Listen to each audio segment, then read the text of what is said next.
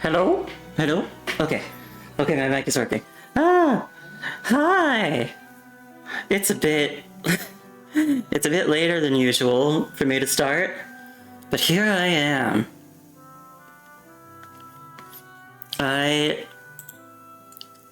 So... a funny thing... A funny little thing happened. It turns out that I did not notice that last week they added in the English voices to the story for the new chapters. But they did. See, because once again, I was waiting. I was waiting until they added in the new voices. I was just waiting, and it turns out they already did. Oh, I'm silly. Well, anyway. Let's start! Also, I'm gonna try something with my sound settings again. Because a while ago, oh, hi, Cole! Thanks for coming. This is pretty sudden. I hope that's not. I don't know. I feel bad for kind of starting so suddenly, but basically, like I was saying, I had been waiting for them to add the English voices for the new chapter.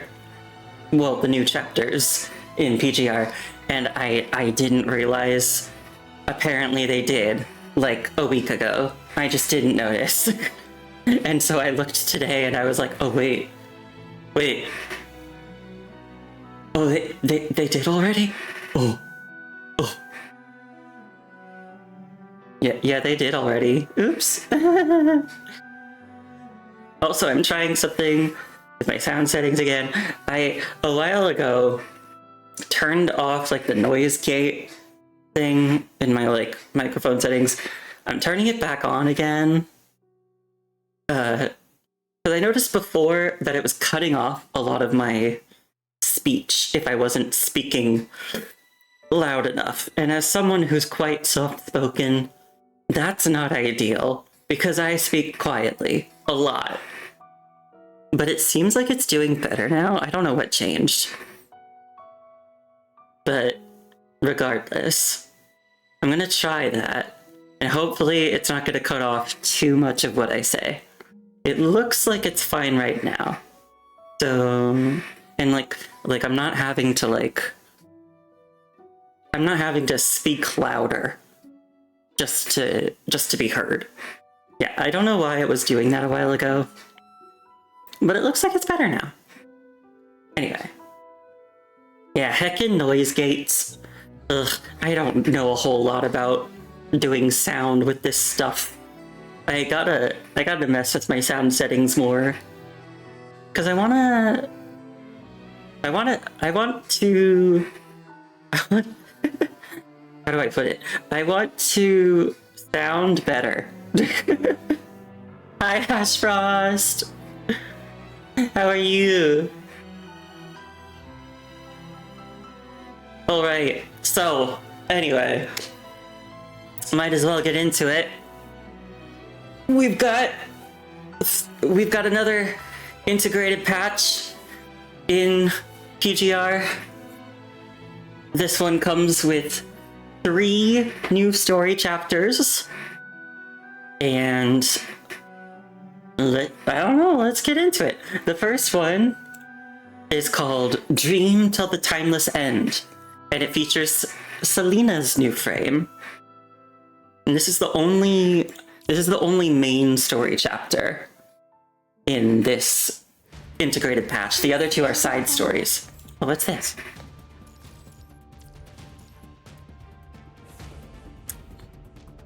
Oh, yes, so we've got this pretty artwork here. And yeah, so we've got the one new main story chapter, Dream Till the Timeless End. You can see I already just went through like this first little bit because this was because a while ago I wanted to check if the English voices were there, and they weren't when the patch was first dropped, but they are now. So, anyway, I will say before I start, because I don't know, there's a part of me that's like, maybe I just shouldn't even mention this, but I'm gonna, because I don't know, it's part of my experience of this story. Part of the consequence of starting these story chapters a bit later than everybody else is I'm hearing rumblings about them, you know? Unfortunately, the rumblings that I have heard about this chapter have not been very positive. Yeah. Just, you know, people talking. And I have heard, unfortunately, some quite negative feedback to this chapter, which is... Yeah, exactly. Rumor has it people don't like this chapter. I've seen some people who are okay with it, but I've seen a lot of people who did not enjoy it, or at least just found it to be a disappointment compared to the previous main story chapters. Because the last few main story chapters dealing with like the bad future and the timeline reset, those were really, really good. Those people ate those up, myself included.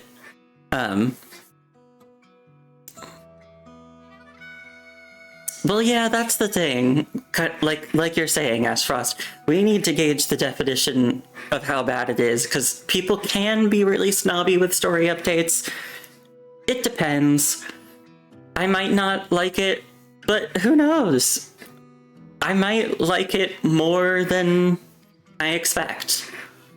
I know I don't think this is necessarily a spoiler, but I will just say, I know a big reason why a lot of people are complaining about this chapter is because of the way that the relationship between Selena and the player character is written in this chapter.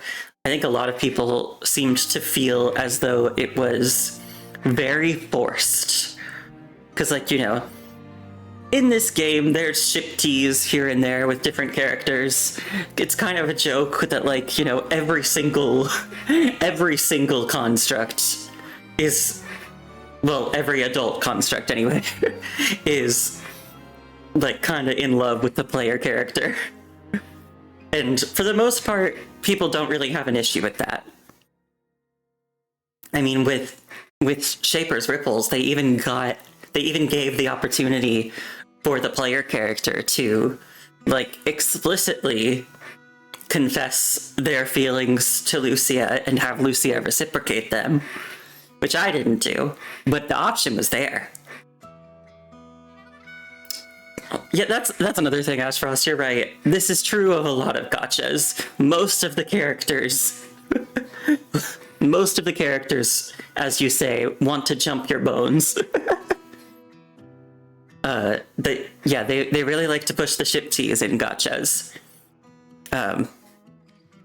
And for the most part, people haven't been upset with that in PGR, but I guess in this chapter, it just came across as very heavy-handed. That's what people are saying, anyway. And I don't know, we'll see.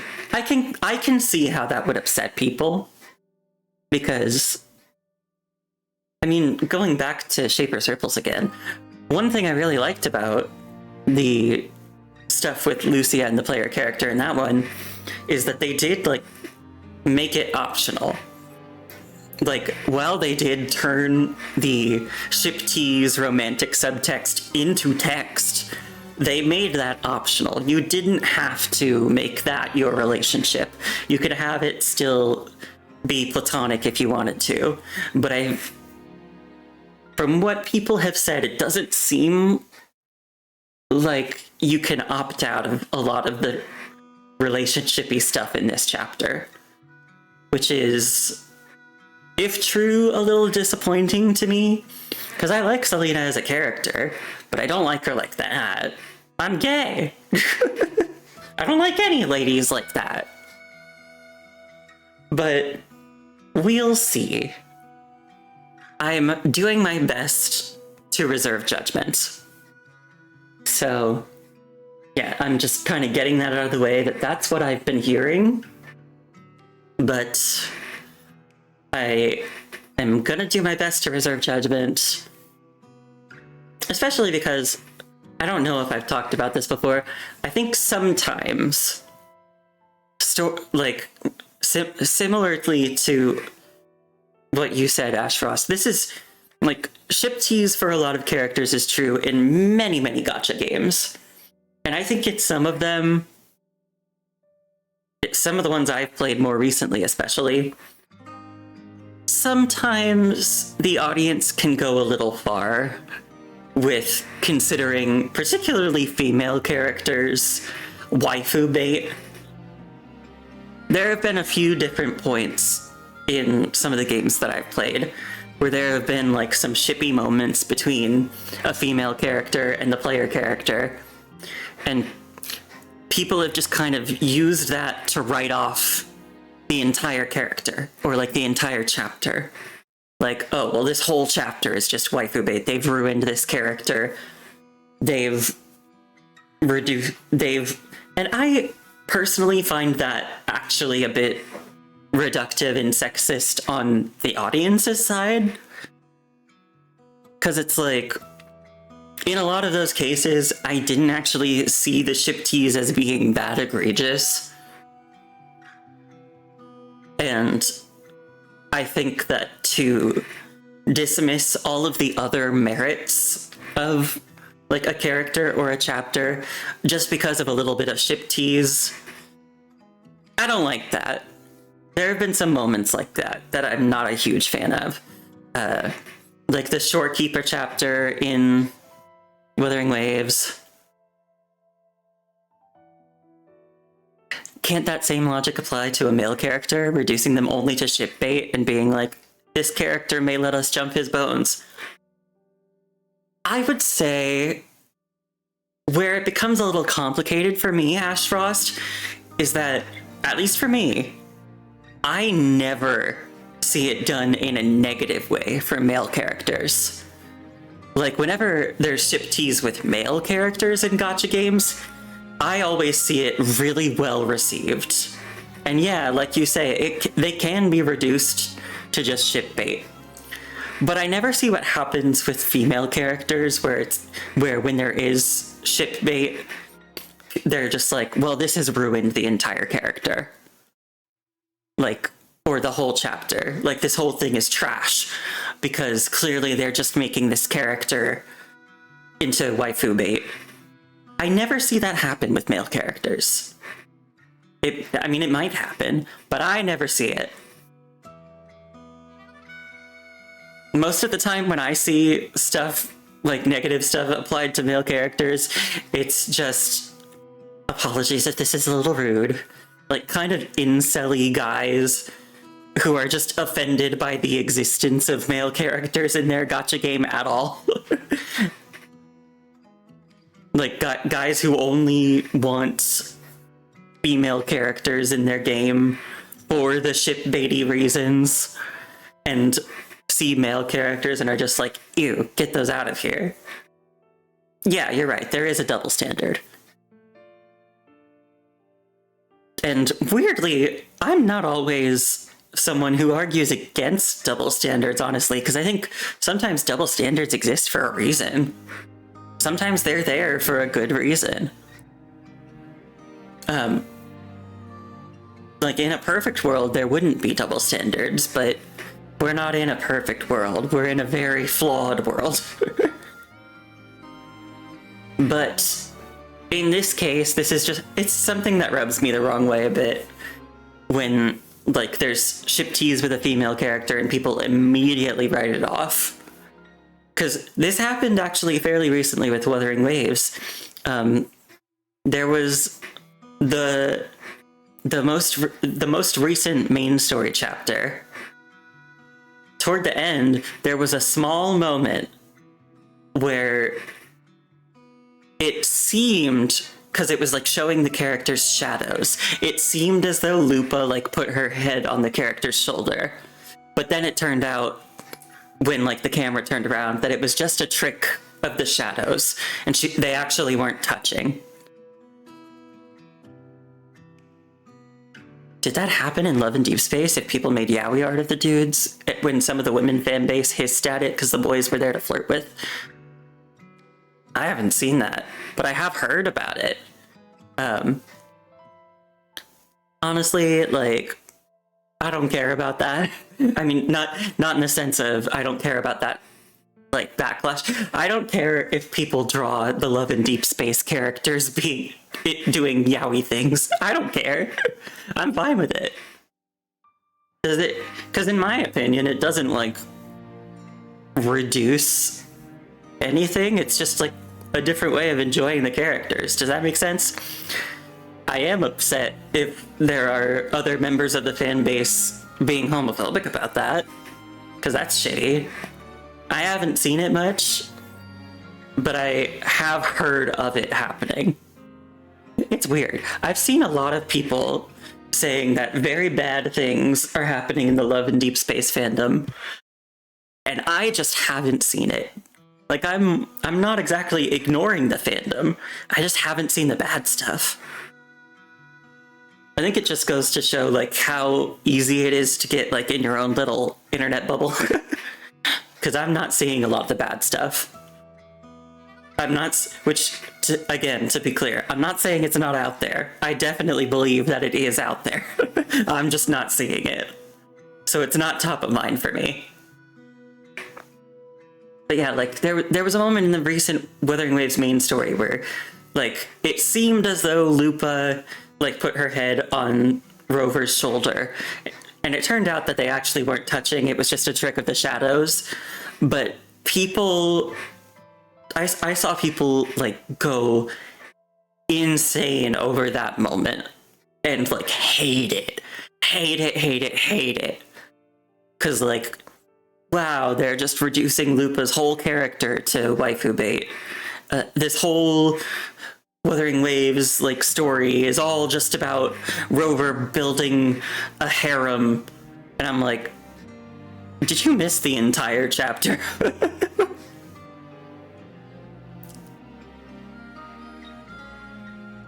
How you sum up in people in fandoms nowadays is that one scene in Fairly Odd Parents where Timmy's mom roars like Godzilla because she was hangry. Yeah, fandoms, they can be fun and they can be not fun. I like getting involved in fandoms where I can share the things that I enjoy. That's part of why I stream at all. I like to share the things that I enjoy. And I like to see other people enjoy them. I like to share my enjoyment with other people. I'm not a huge fan of the negativity. And there tends to be a lot of negativity in fandom. A lot of which I find kind of pointless. Or just overblown. But anyway, all that to say, there are allegations of the shiptees in this chapter being very heavy-handed. I'm taking it with a grain of salt. I'm doing my best to reserve judgment. And we'll see. Maybe it will be heavy-handed, and maybe I will be disappointed with this chapter. But I don't think it's gonna ruin PGR for me. Like, it'll just be like one dud chapter, you know? To be fair, you're in the Sonic fandom, and you can say as a Sonic fan that you're pretentious as fuck. Really? I didn't know that about the Sonic fandom. Anyway, I've been yapping a whole lot. Let's get started. So, I guess as a very brief recap, we pick up in this main story after, in the previous chapter, a timeline reset We spent the last couple chapters in a bad future where everything was bad. Lots of characters were dead, including Lucia. And our commandant was getting traumatized. And at the end of the chapter, Ishmael intervened and helped us reset the timeline. So now we're in the reset timeline, and I don't fully know how that's going to go. It mentioned that in the reset timeline, the traces of... So this is a little confusing. I saw it... I think it was a case of poor or like unclear translation or writing, because it said in the translation for the last chapter, all traces of Vonnegut's involvement had been removed in this timeline. I think that is a little misleading. I think they meant Nemo, not Vonnegut. Because as we learned, like, Nemo is one of the consciousnesses that made up Vonnegut. And Nemo came from another timeline, and that's a big part of the reason why things got fucky in this timeline. I think that's what's gone. I think Vonnegut is still here, just without Nemo. Anyway. There's literal arguments about Shonik's shoe design, or people getting persnickety about a DLC outfit for Shadow. Arguments about his shoe design? What? What would they have to argue about? This is just showing how little I know about the Sonic fandom. But yeah, so we pick up with the timeline reset. I don't fully know what it entails, but what I do know is Grey Raven is back, nobody's dead, and Commandant still shows signs of PTSD, despite not actually remembering the things that traumatized them. People have been arguing that Sonic and the cast need a makeover since it's been decades and some of the characters need an update. I don't know, like, do they?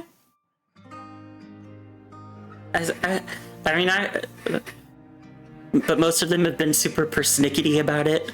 I see.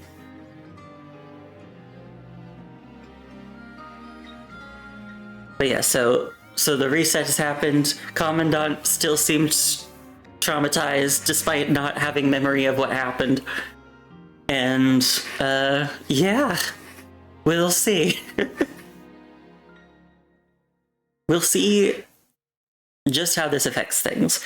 But what I do know from like the trailers and pre-release content is it seems as though somehow the timeline reset has done something with Selena. Something happened with Selena. But we'll have to see what happened. Anyway. So, part 1. Improper thought. We suffer more often in imagination than in reality. Yet there are times when both combine to torment us. Though, since this is a Selena-focused chapter, this does, fortunately or unfortunately, depending on your point of view, mean that I'm probably going to have to be doing a British accent for a lot of this. I don't think my British accent is very good. But we'll see. Because Selena has a British accent in this game. in the English version. And I want to be true to the character. Let's see. Let's see how good or terrible my British accent is. It's been quite some time since that weird post-war syndrome incident. Do they mean PTSD?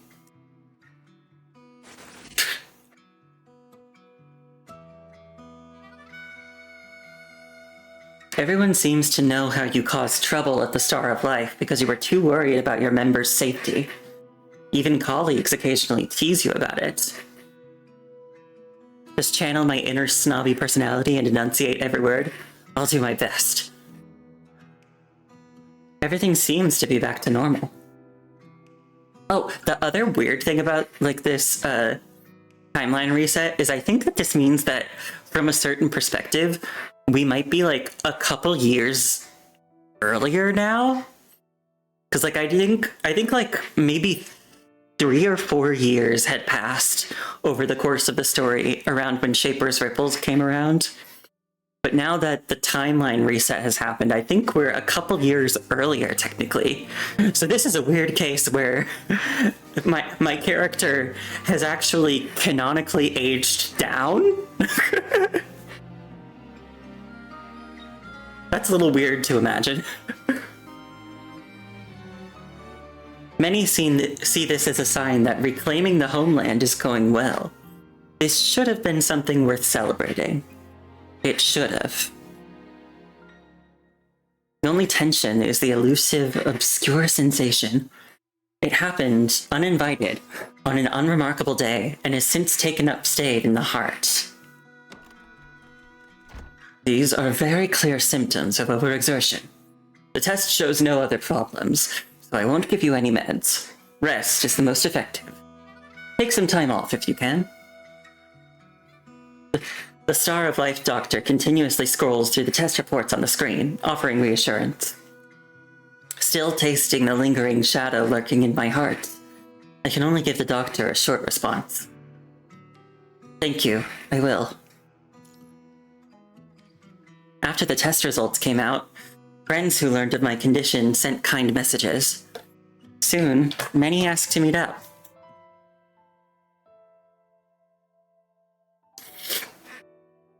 You wake up on a rare afternoon with no missions and days for a long while. You open the calendar and memo to see Isla's name written under a circled date.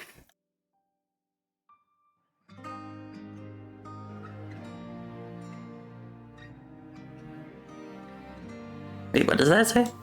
Line spacing?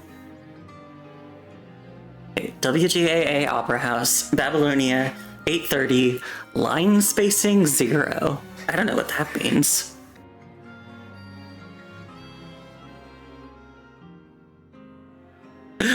Hot, hard-boiled, and probably mentally depressed detective. Were you talking about Hassan? He's the president. He's not a detective. The dome stands magnificent, the reliefs solemn. Inside the elegantly decorated opera house, every seat is filled. On the side door of the main hall are posters of recent productions. Classic operas from both before and after the Golden Age. Eurydice, Orfeo, L'Incorazione di Poppia, etc. God, I don't know if I said that right at all. I should be better at that, I'm Italian. And in the center is tonight's main, the tale of the Grey Raven. Rhythmic verses and lyrics resonate in the hall. Blood red and blinding, shadows coil and creep, and malice drips with hungry teeth. Gun smoke burns the air, and scattered shots grow rare. The area of defense hangs by a thread. As the music continues, the performer's gestures grow increasingly bold. You are lost in the music, but sense sudden movement beside you. Isla sits beside you, leaning over slightly. She whispers to you without taking her eyes off the stage. You are about to go on stage. I specifically asked the prop master and director to make you stand out more. Well, that's... Before you can finish speaking, the stage lights suddenly overlap, illuminating performers who were in the shadows. Oh god. It's not me, it's the perform. This feels like that one episode of Avatar: The Last Airbender, the Ember Island players, where they go to see a play about them. I feel like I shouldn't just do my voice like I normally do for Commandant here. I should do like an overly grandiose thing. Fear not, and don't worry. The Grave Ravens are here. No, that's too more just like generically heroic is what I'm feeling. Fear not, and don't worry. The Grey Ravens are here. Eliminate the enemy, rescue our allies, and advance at full speed. That's what I imagine this this actor imagines how I would be, based on my reputation in this story. As the Commandant dances on stage, all characters twirl around them, pushing the story toward its climax. You let out a soft laugh as a mixture of mild embarrassment and vague memories wash over you. You can't quite remember all the details, but the people you met along the way remain vivid in your memory. Pretty good, right? Yeah. You pause as the actors, who are wearing familiar makeup but not quite accurate costumes, exit the stage.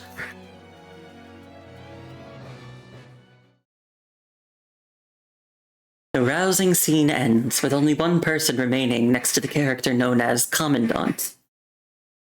She stands in the spotlight, pouring her emotions to the audience and seemingly also to her lover behind her. That lady looks like Belle Delphine if she looked say so. That's Isla. She's an artist. She's very nice. And she likes to tease people. She's also like Selena's best friend, and she spent a lot of the story trying to find Selena. Because Selena's been missing for like a long time.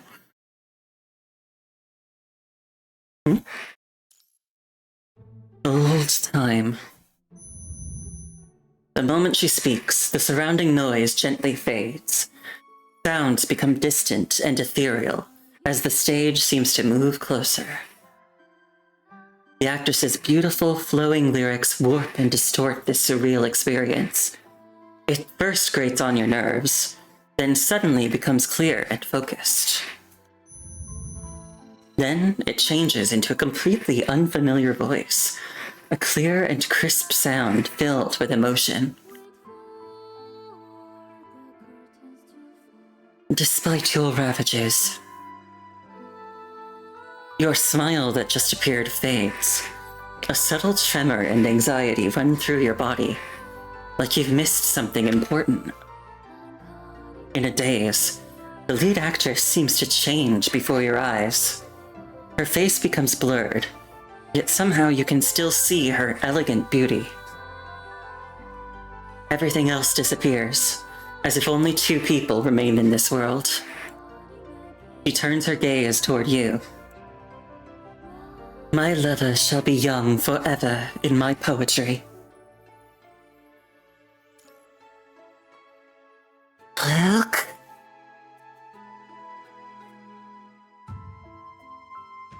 Luke? Luke! Your thoughts are interrupted as an external force forcibly turns your head. You see Isla's worried expression.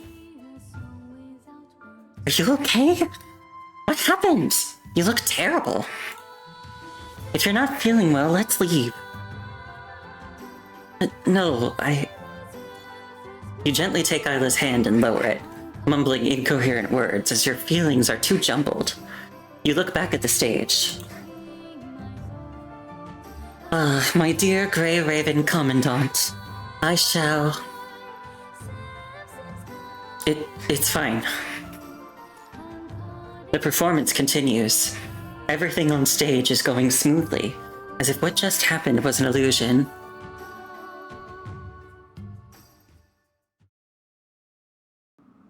Outside the opera house, the cold wind hits your face, clearing your mind. The afterimage of your hallucination during the performance is fading, leaving behind an uncomfortable void. Your emotional dissonance remains despite the doctor's advice. Instead, it sits in the void, nodding in acknowledgement. You respond with a soft sigh as fatigue sets in. You stop at the doorstep, pinch the bridge of your nose, slowly crouch down, and let out a long exhale. Here, it's hot. Thank you. You take the drink and scoot over. Isla sits down beside you. Sorry, was the script that bad? Did the lines make you feel uncomfortable? Several scriptwriters are Grey Raven fans. They've always wanted to tell your story, but there are too many confidentiality restrictions. It was a bit awkward, but that's just cause I'm embarrassed. Except for the last 2 lines. Oh, those 2 lines are actually famous quotes from quotes from a famous author's work. Isla laughs as she springs to her feet, moving with light, graceful steps. She closes her eyes, her body swaying with the wind as she dances, finally extending her right hand gracefully before her. Do your worst, old time. My lover shall be young forever in my poetry. Before I can join in with her impromptu performance, Isla abruptly stops with her furrowed brows in deep thought. Isla? I'm fine, Commandant. It's just that I just had a strange feeling just now. It felt a little weird. Because that doesn't sound like something you would say. Something like, you will remain forever young in my paintings would be more appropriate.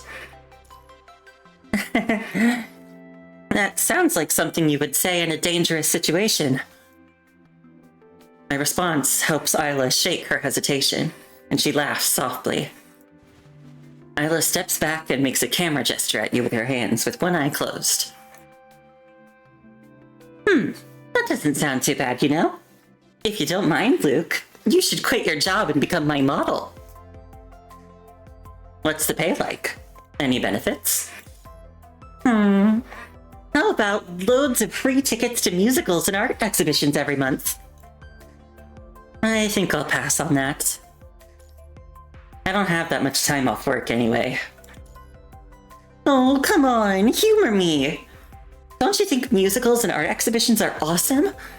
Wasn't there anything about tonight's performance that moved you? Isla's question brings back the discomfort that was almost undetectable in our casual exchange. That strange feeling waves at you, asserting its presence.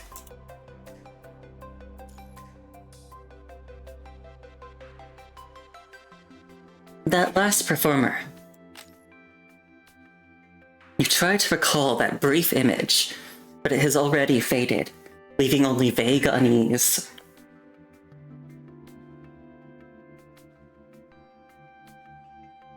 Do you like her? Or did you only enjoy her poetry recitation? I can get you an autograph if you want. I will tell the truth. Neither. I think I mistook her for someone else. I just wanted to know more about the character she was playing.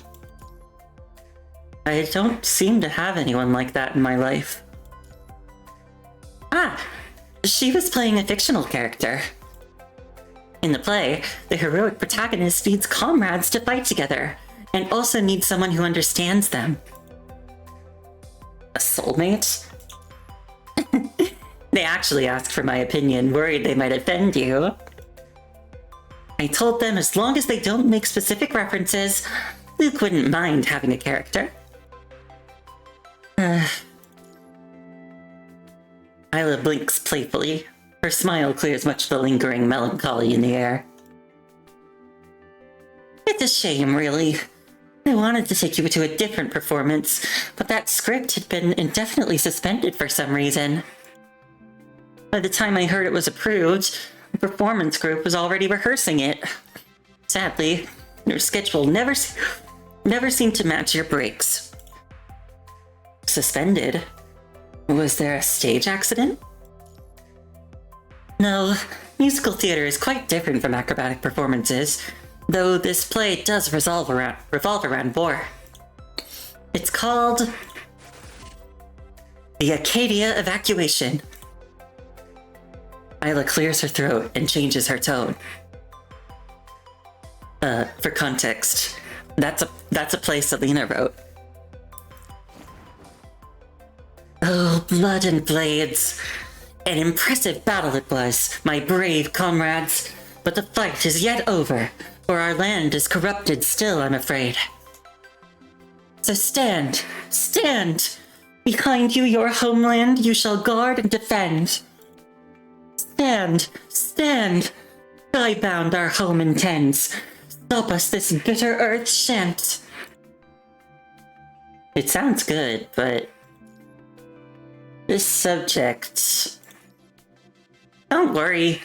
The scripts with themes like these go through very strict review processes.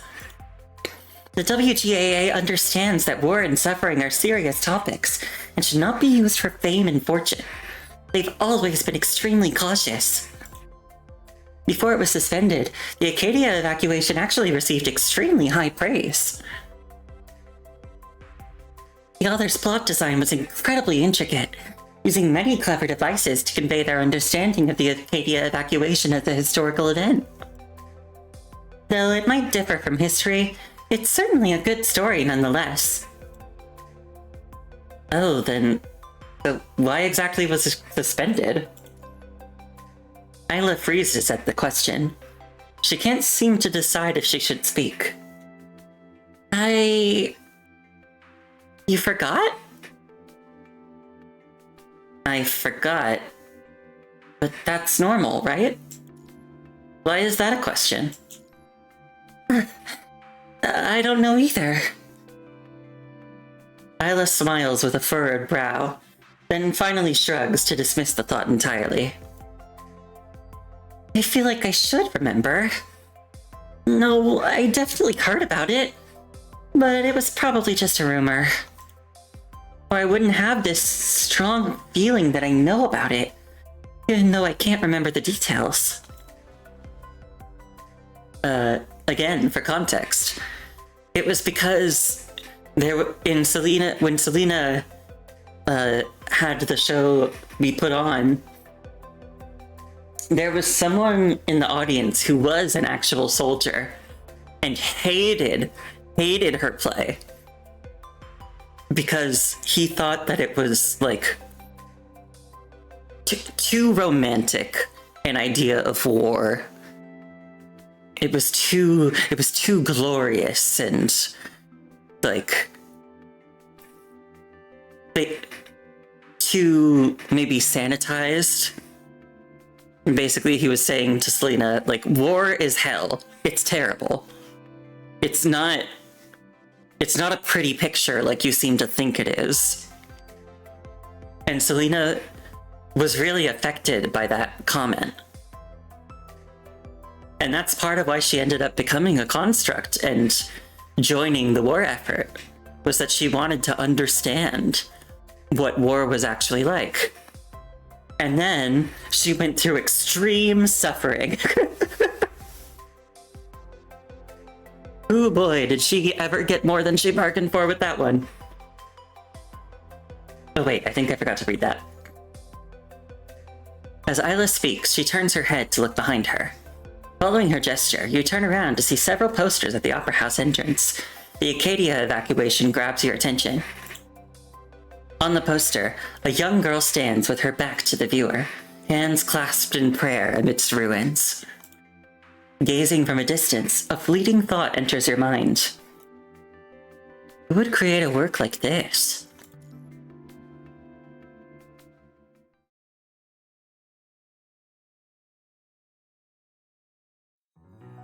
Abbas Research Institute, 830, unknown area. Line spacing 1. Iris. Great. You're still alive.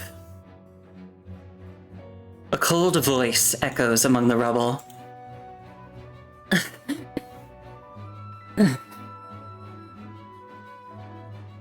A disheveled figure lies trapped between broken stones among the ruins. The voice pierces through her foggy consciousness as Iris struggles to move her body. She crawls to her feet and looks toward the voice. She finds a device between the scattered fragments of what looks like an armor. Yeah. Iris murmurs as her stalled systems restart, struggling to maintain the functionality of her damaged frame. Such affectation. If I were there, I would do everything I could to respond. Our long standoff is finally giving a result. You've stopped me so many times, but this time I managed to stay one step ahead. The first act, titled Abbess, has ended. The hostile voice from the device also sounds sincere. Give up. I don't want to hurt you. This tug of war is pointless, except a waste of our time. The play that's meant to be performed will eventually be staged. The past cannot be changed. I can make countless tries, but you only need to fail once for everything to end up like this research institute. Iris looks around. Among the rubble, blood-stained clothing is vaguely visible. Her tired voice carries a hint of sorrow. You're right. I can't always get here in time to stop you. But she doesn't stop. She walks toward the communication device, with each step becoming more confident. Why do you insist on continuing when you already understand the situation? What's the point of tiring yourself out and sacrificing yourself? Is a choice like that even worth anything? Or maybe you want to escalate this conflict and draw in targets that weren't originally part of my plan. No, Luya. Abbess was the first, and will be the last. Iris walks to the communication device.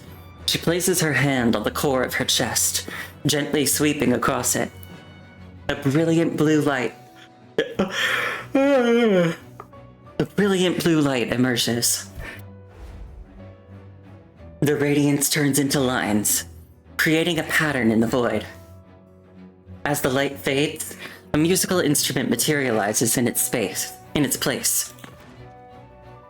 Iris sits casually on the ruins as music rises from the instrument. It's useless. Whatever you're relying on, it will eventually... Shing! You suddenly hear discordant notes and a strange distortion spreads out from Iris. It spreads so fast that it seems to cross space and time before finally reaching the other end. What did you do? Iris freezes after hearing Luya's astonished reaction. She takes a few light breaths to calm herself, and slowly raises her head to speak. No matter how hard the conductor and I try, even if we stop you, we can't revert the damage caused by the battle's aftermath. But what if we use a different stage? What if we use a completely isolated stage? Whatever you do on there, no audience will be harmed. You can't do that. You can't even catch my true form, let alone... The voice falls silent after realizing the problem. Yes, we did have trouble locating you before. But now... You destroyed the Abbess Research Institute, altering a critical node. The world was hurt, and it remembers you now. You're crazy! You're coming alone! Listen to my new piece. For the next performance, it'll be just you and me. Iris's voice interrupts Anoraluya's low growl. Something changes as the musical notes resonate through the air.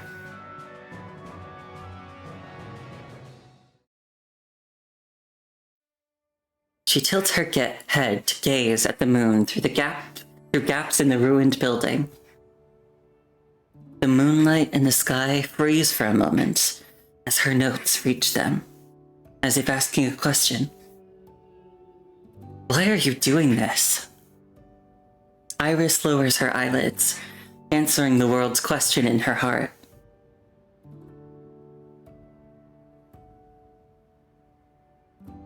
Because even a flower wants to shield the one it cherishes from wind and rain. Conducta has been through enough. A story that can end behind the scenes shouldn't be brought to light, since the ending is already fixed. Abbess Research Institute, 850, unknown area, line space. Did it change from 1 to 2? Good night, world. Goodbye, Conducta.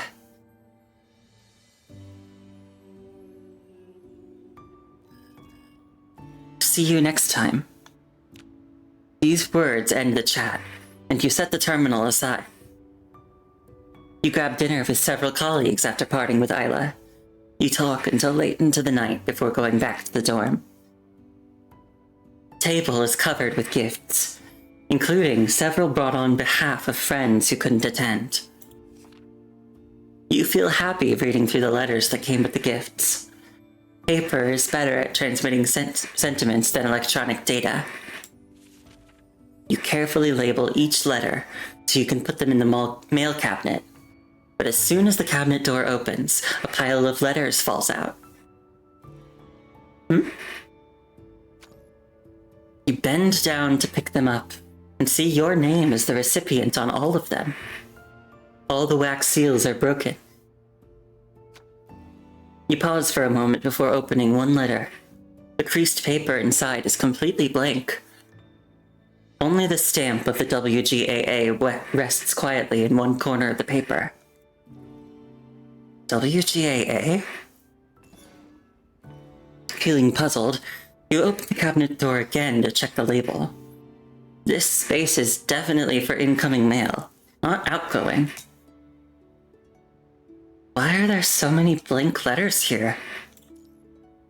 And they all look like they've been opened and read. I'm not throwing them away, I'm putting them away. After thinking, you decide to put the letters back in a neat pile.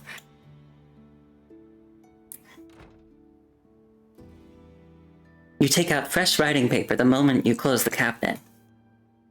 Your motion is fluid, as if closing the mail cabinet and writing a reply to someone is a habit, instinct, a natural consequence of countless repetitions. But as pen meets paper, discomfort makes your hand freeze, even though you already know the opening lines and just need to write them down. It should express well wishes, because the recipient is always wandering. It should share amusing stories from tonight's musical performance, because the recipient enjoys discussing such things and always has insights to offer. It should also include, there's so much to write, but the recipient, who is it?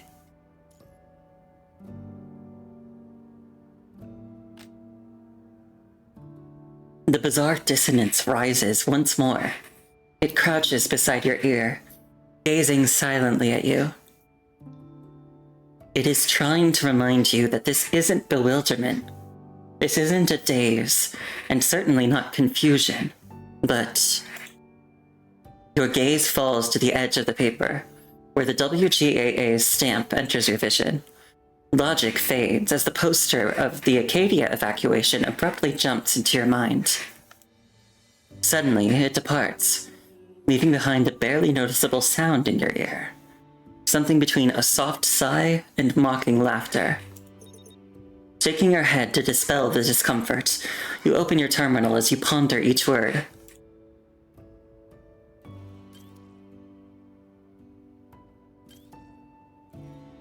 Hi.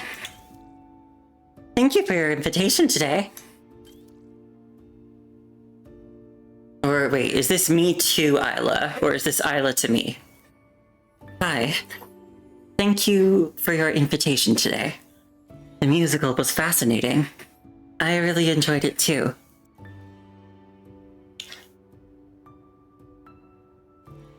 After writing out all your thoughts on the evening? Okay, so that was me to Isla. Okay. You hesitate before adding one more line. I wonder when the Acadia evacuation we talked about today will be released. If it's convenient for you, let's watch it together. I still have a bit of free time left.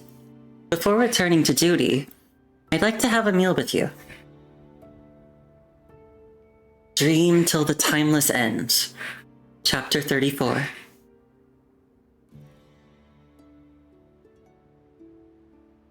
Time does not flow in cycles for humans.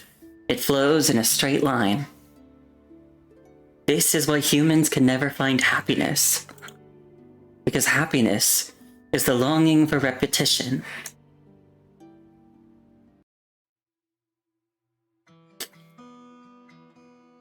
So, you may have put together from that first little piece, but it seems as though, for some reason, Selena and all memory of her have been removed from the timeline. For some reason.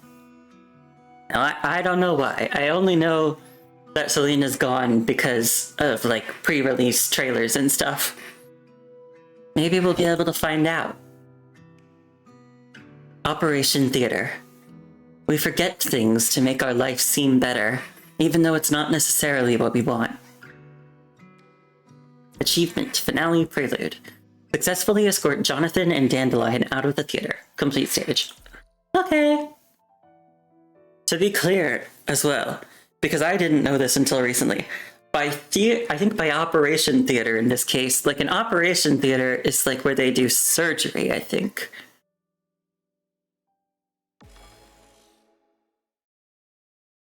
World Government Association of Arts.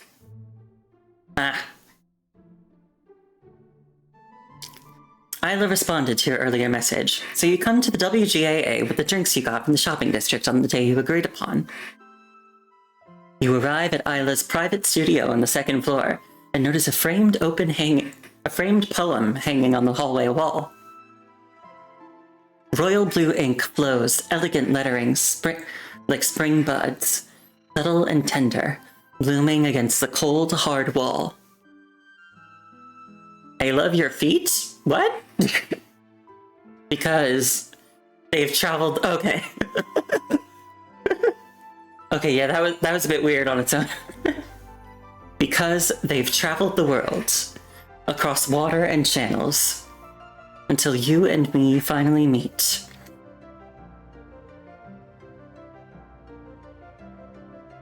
You freeze at the words. They stir a faint ripple in your thoughts. You touch the edge of the frame. Your fingers gently caress it before reaching the label beneath. For WAA. A few characters on the label have become blurred due to the passage of time, or the carelessness of a cleaning staff. You ignore the blurred words without further thinking and keep walking toward Isla's room.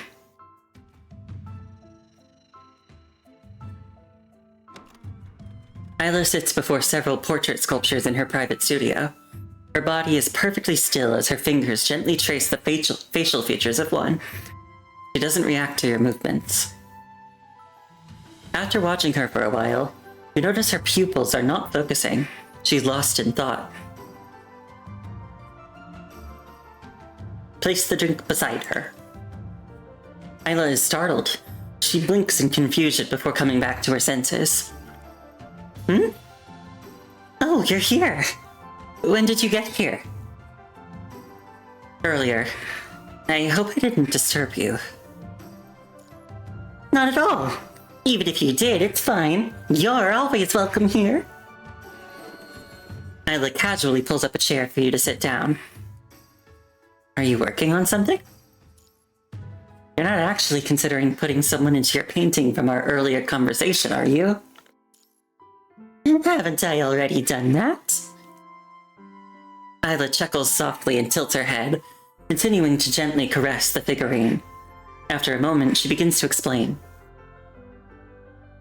I've been feeling inspired. In my dreams, I keep seeing a silhouette. A field. Yes, a field. In my dream, there's this vast open field with lots of flowers, many different kinds, and so many of them. That person is standing among the flowers. Sometimes she's just standing there. The sky in my dreams is always dim.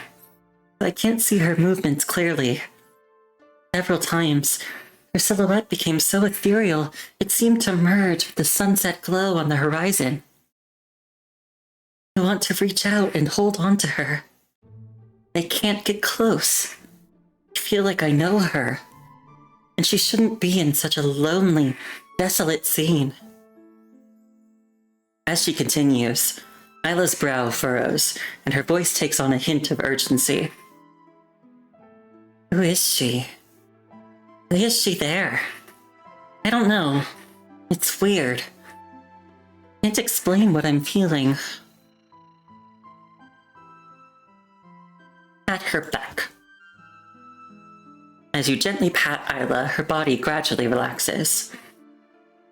Take your time. Don't rush. I'm sorry you had to see me like that.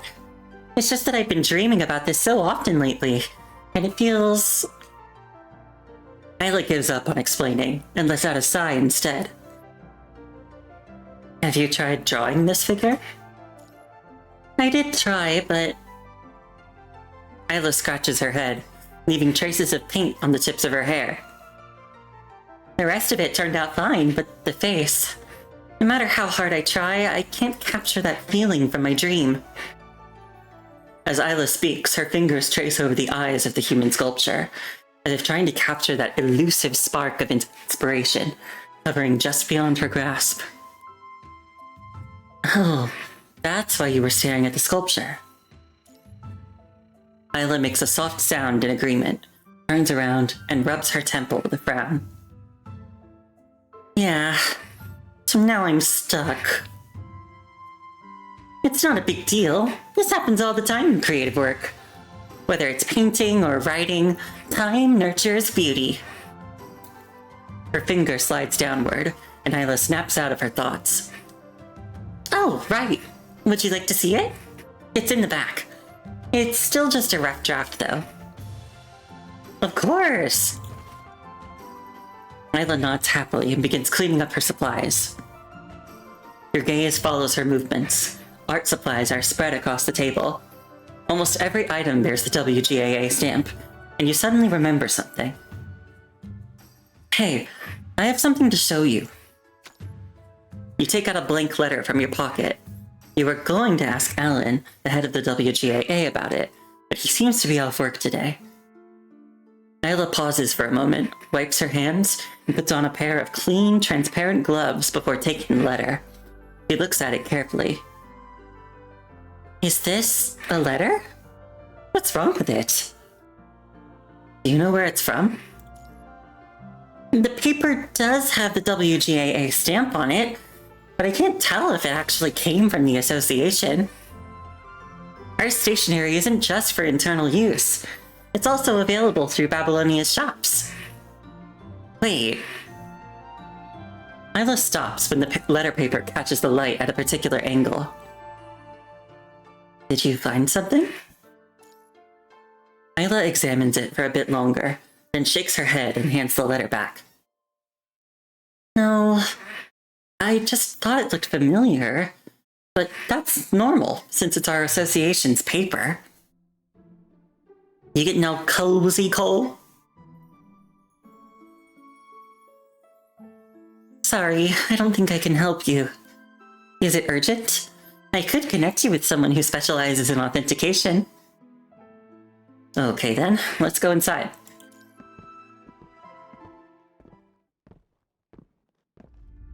You walk into the inner room with Isla. She heads straight to the humongous far wall, where a thin white cloth hangs. Wow. Is the entire wall covered? Yep. Isla glances back with a smile, clearly enjoying your impressed reaction. She gently tugs at the corner of the canvas. The white cloth falls like a waterfall, revealing the breathtaking artwork behind it. It's an enormous waist-shot portrait featuring a woman in a blue and white dress, with a cluster of iris flowers on one side. Only her face is blank, as if deliberately erased.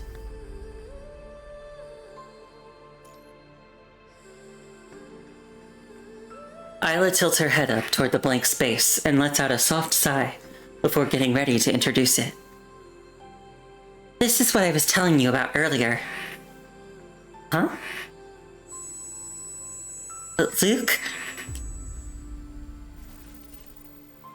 A deafening roar crashes like a tsunami against your ears. Isla's voice becomes muffled and indistinct. The moment you see the portrait, that strange discomfort returns. An overwhelming impulse takes control of your body and makes you move closer. What your eyes see overlaps with what your heart feels, both struggling with a name that refuses to take form. Who are you?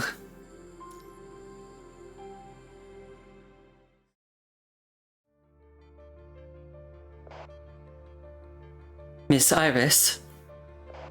I'm at the lounge, but he's not here. What should I do? We're running out of time. Don't worry. Records show he's booked for today's performance, and his car isn't at his residence. Iris smiles and nods politely at people passing by while reassuring the female voice in her earpiece. We have 20 minutes until the performance. Audiences for events like this usually arrive early. Relax, Dandelion. Relax. As they speak, the waiter and security guard notice Iris. They exchange a look before slowly walking toward her. I'm leaving the rest to you. I may need to step away for a moment. Believe in yourself. You can do this. Iris turns off her earpiece and casually turns to blend into the crowd. The waiter and security guard pick up their pace.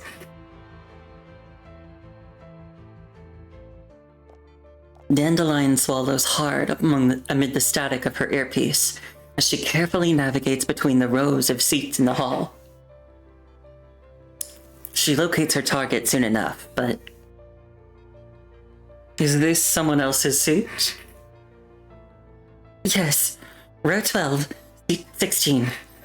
This is the seat I was assigned. Did you check your ticket? Perhaps you could take it out to check? Weird. I was sure this was my seat. I'm sorry, let me ask the staff. The woman looks at Dandelion's ticket with confusion before getting up. Dandelion exhales in relief. This should give her enough time. Dandelion sits down, subtly glances at the man reading beside her, and ponders the best way to start a conversation. To her surprise, he speaks first. Misdirection may be a verbal skill, but lying is an entirely different matter. Deceiving others is unforgivable. Huh? Eurydice, a classic opera, returns to the Dionysus Theater after 3 years. Tickets priced at $30,000. Amounts between $30,000 and $100,000 qualify as substantial sums under Article 266 of the Criminal Code. However, that is a law from the Orient, which I've been studying recently. Best cities' amounts may differ, though I imagine not by much. Who's this man? He's a little bit handsome. I get a weird vibe from him, though. No. Wait, that's not... The man closes his book and looks at Dandelion with a scrutinizing gaze. Madam, the ticket you just presented as evidence is fake, and your deception techniques are terrible. Yeah, he does have shiny green eyes. That reminds me, I'm reading a new, well, not new. It's new to me. I'm reading a gay manhwa right now, where the love interest character has really pretty green eyes and like really nice, like pretty brown hair. He's so handsome. It's a really sad story, but I'm enjoying it because I like me the angst.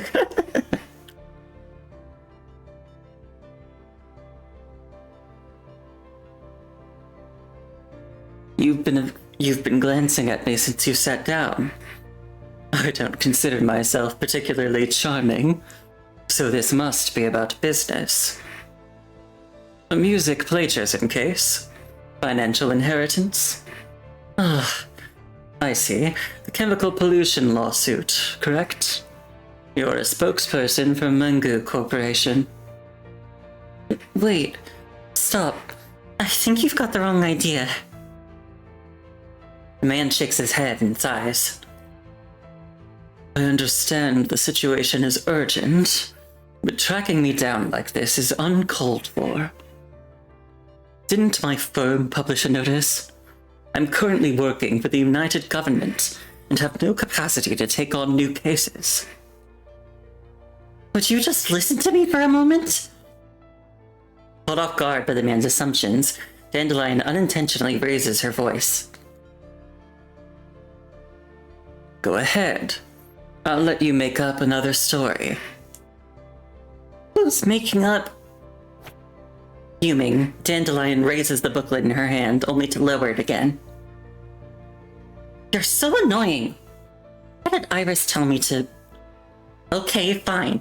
I am here for you. See? I knew it.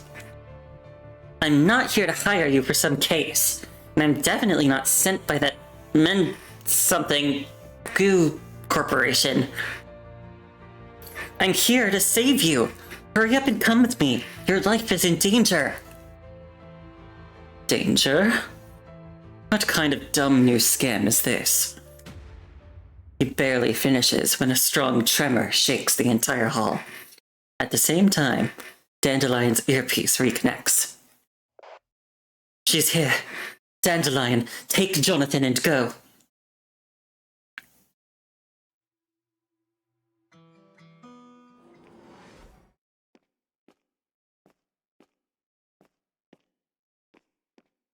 Dandelion, do you read me? Have you spotted the target? Not yet. I'm in the lounge on the right side. It's crowded here and I'm still looking. Sorry.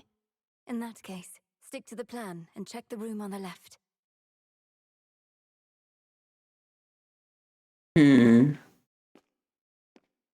The security system here is as sensitive as ever.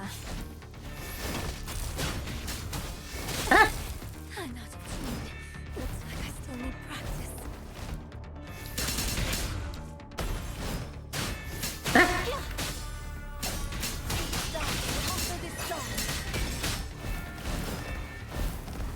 Ow! The overture is done. Time for the main movement. Let the melody flourish.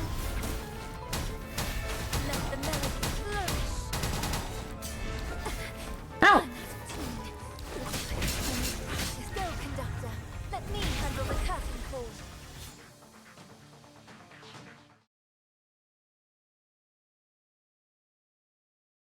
Dandelion, what's the situation on your end? There seems to have been some commotion just now. Security personnel are trying to calm everyone down, and some of the corridors have been closed off. Looks like we'll need to find another route.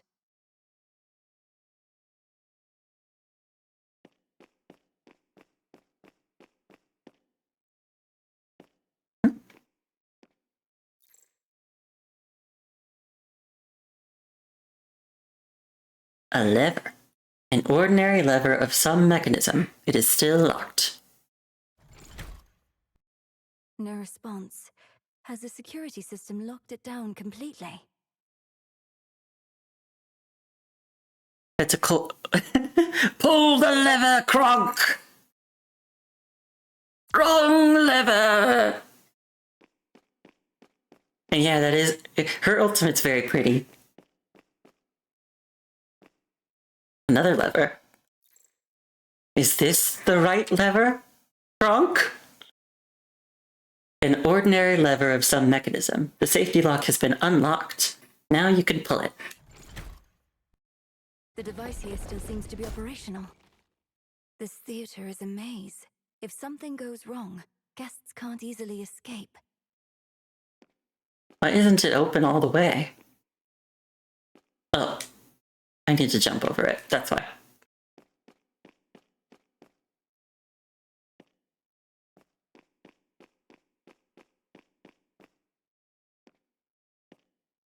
Something doesn't seem right.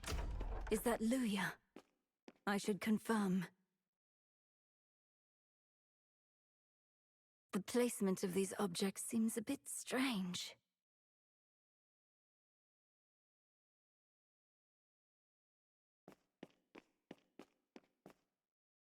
Are they doing the Last Supper? Is that what this is? Or am I mistaking it for something else?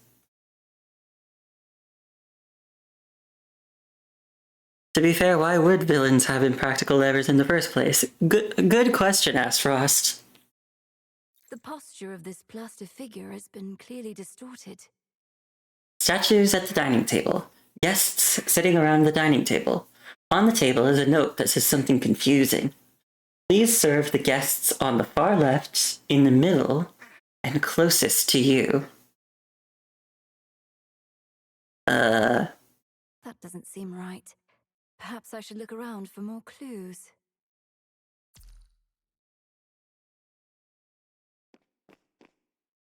Pages are missing from the books here.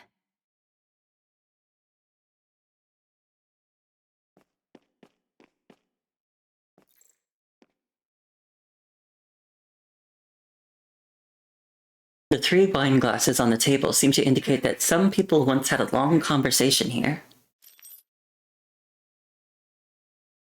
Oh, maybe that's what it means by serving them. So, my cursor.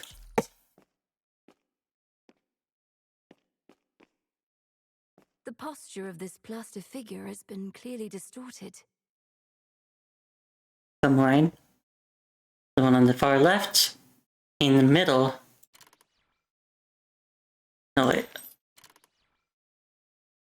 Or wait. Is that... Can't quite tell.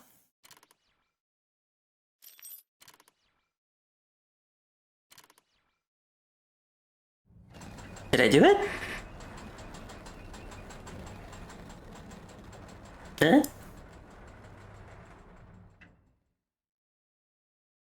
Why the third mannequin on the left got a wicked arch going on? Good question.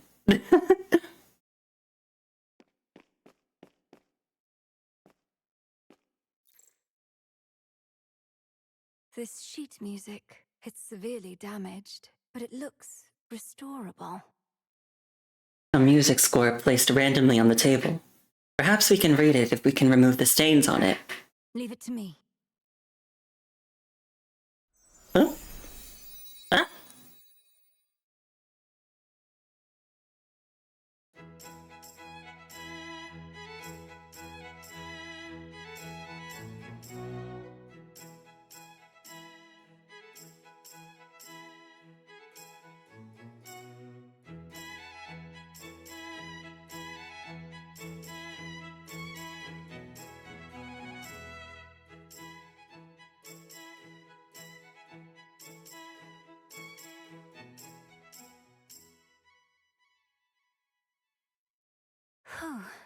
That felt like a good performance. Hey, classical music.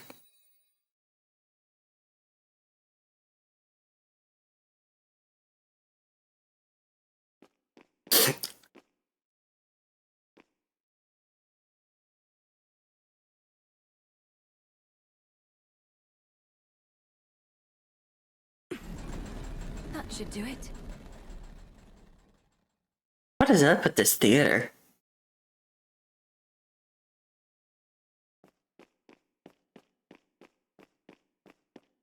Hey, is that Enora Luya? Is that a poster of her?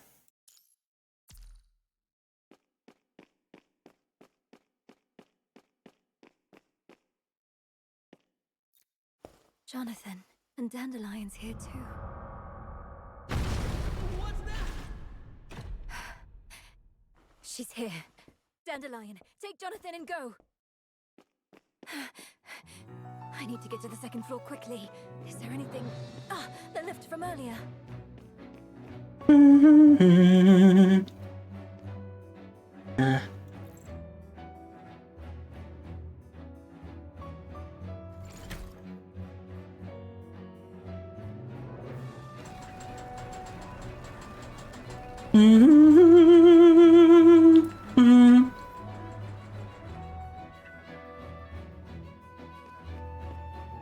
I Uh-oh. can't afford to linger here too long.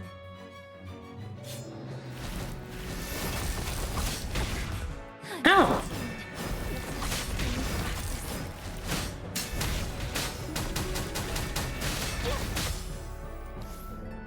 The overture is done. Time for the main movement.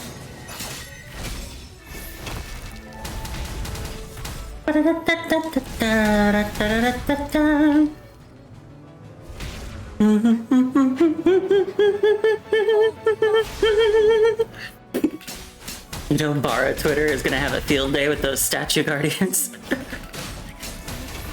These have been in the game for a while. Ah!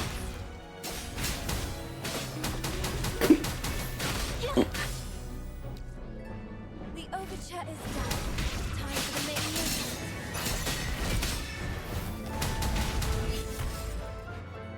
Dandelion, meet me at the exit.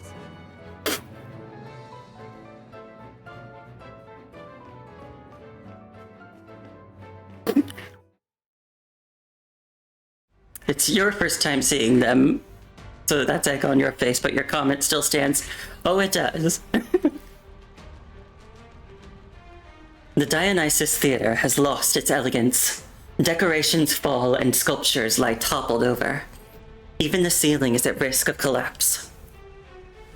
The well-dressed guests now scramble toward the exits, their screams and wails blending. Ah. Come on, sinuses, I'm trying to read here. Their screams and wails blending into a harsh, chaotic clamor. Jonathan feels someone grab his sleeve as he passes a corner. Go. No, not that way. Why? The exit is that way. Follow me. The short sprint has left Dandelion breathless because she is used to sitting in a chair all day at work. You should explain the causes and consequences when making demands, allowing others to decide whether to agree or disagree. I'm not your defendant. Very well, Miss Plaintiff.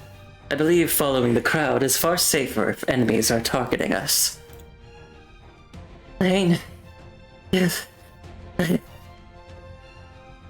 Dandelion's upbringing barely helps her swallow the curses that are brewing at the tip of her tongue.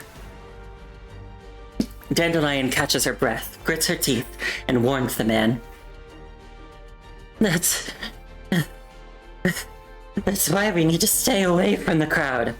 Because the enemy is coming for you. Why do you think I went out of my way to warn you?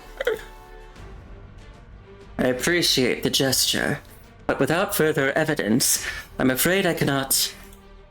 Suddenly, a shriek erupts from behind them. The whale gets closer in the blink of an eye, and Jonathan's face turns white. I find your testimony extremely convincing now. I'll follow you. That's a little funny. Jonathan hastily quickens his pace.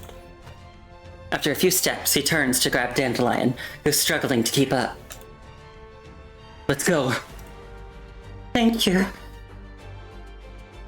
The exit is right up ahead, but before they can relax, a rush of air pressure surges from behind them. Watch out! Instead of blood, they see a swift blue light dart past, piercing the monster behind them. Right then, a car with its engine still running skids to a halt in front of the exit. Hop in.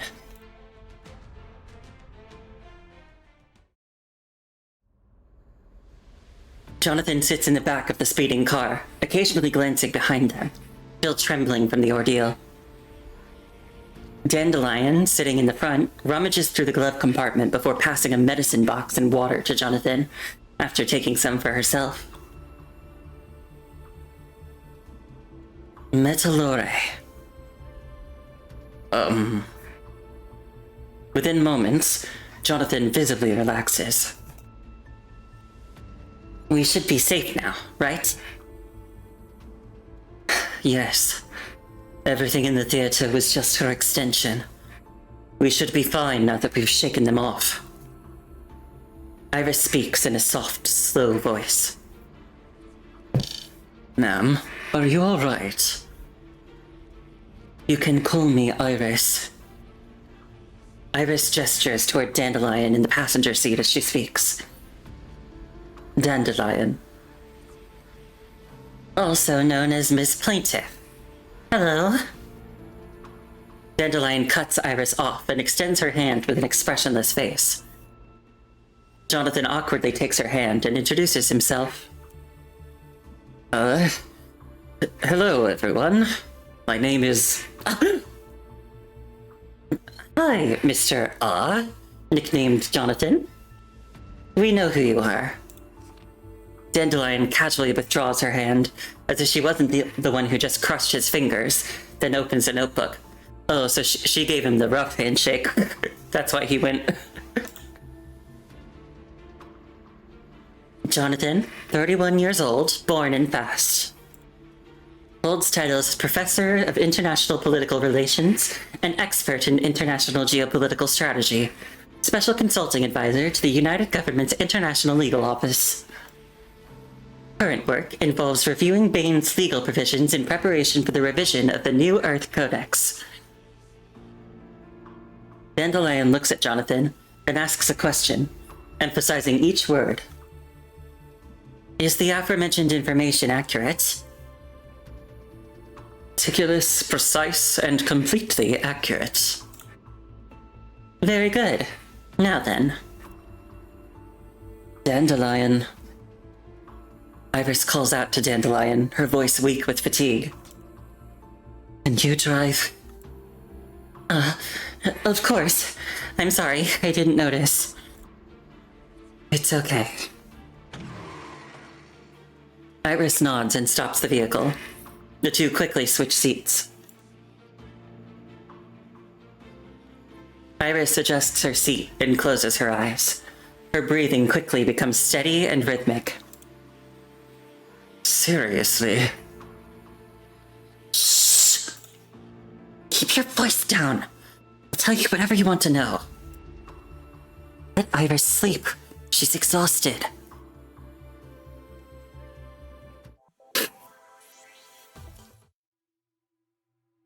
Well, I have no idea what's going on, but we've met a new handsome man, and that makes me happy.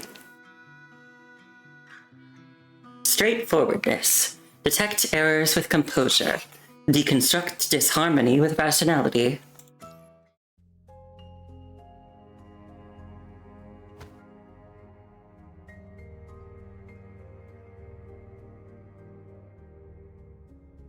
Sorry, I was just taking a drink.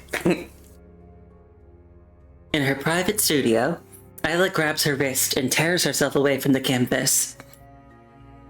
It's not because of her sketch, but a sense that something is wrong. Luke, are you alright? Isla's voice fades in and out. Sweat covers your body as you focus on your own condition instead of the canvas. Your consciousness jumps up and down until it finally restores the edges of your form, stabilizing you. These are very clear symptoms of overexertion. The test shows no other problems, so I won't give you any meds. Rest is the most effective. Take some time off if you can. The Star of Life doctor continuously scrolls through the test reports on the screen, offering reassurance.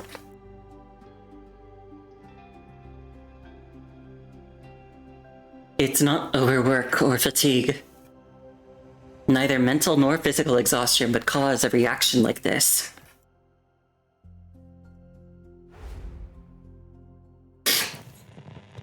Despite your ravages, my lover shall be young forever in my poetry. Something's wrong. Is it the sounds I'm hearing? Or the images I'm seeing? You look up again. The blank face on the canvas shifts in your vision and seems tangible and elusive at the same time.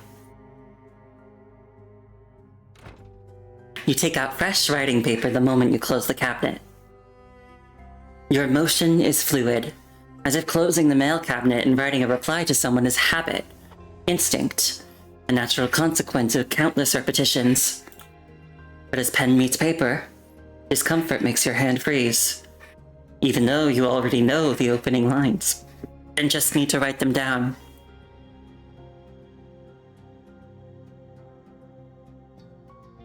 There's an emotion that I have forgotten, but my body remembers. Luke. Isla's voice becomes a bit clearer. She's reaching out to me, showing concern for me. The emotion and care in her tone help define my sense of self. Why quotation marks? The emotional experience fades. Things lie on the chopping board of rationality. Just as the blade of scrutiny is about to fall, they struggle to take concrete form again. Something I don't know about is happening. My perception has blind spots. The problem is with me. I'm fine, Commandant. It's just that I just had a strange feeling just now. It felt a little weird. No, perhaps the problem isn't just with me, but with us. With some larger concept altogether. You reach the conclusion and your spirit and flesh become calm again. The unknown is the ultimate fear. Yet when trouble shows its tip on the ocean's surface, past experiences become the best sedative. No disturbance of consciousness can shake a commandant on active duty. Isla. You abruptly look up, sweat dripping down your face. Your gaze fixes on Isla. Yes? Take a photo of this canvas. We're going to the Star of Life. Sure. You pull out your terminal to book a session at the Star of Life while explaining to a confused Isla, who trusts your judgment. A few days ago, I started experiencing symptoms similar to war trauma. The doctor said it was just fatigue. But at the Opera House, I experienced hallucinations. I dismissed it as a one-time occurrence, but now... This canvas triggered it again, didn't it? What did you see? Or rather, what did you remember? I didn't see anything, nor did I remember anything. However, you raise your right hand toward Isla, your fingertips still stained with paint from the canvas. Your body reacted before you noticed. I see. However, it would make sense if it only triggered hallucinations. But this time you were unconsciously compelled to act, suggesting the stimulus is stronger and affecting you more deeply. Isla puts down her camera and steps back to look at the canvas, only to realize something isn't right. But this painting is inspired by scenes from my own mind. Yes, that's why you need to get examined as well. You hand over your terminal with a blank medical appointment form for Isla to verify. We need to figure out what's really happening.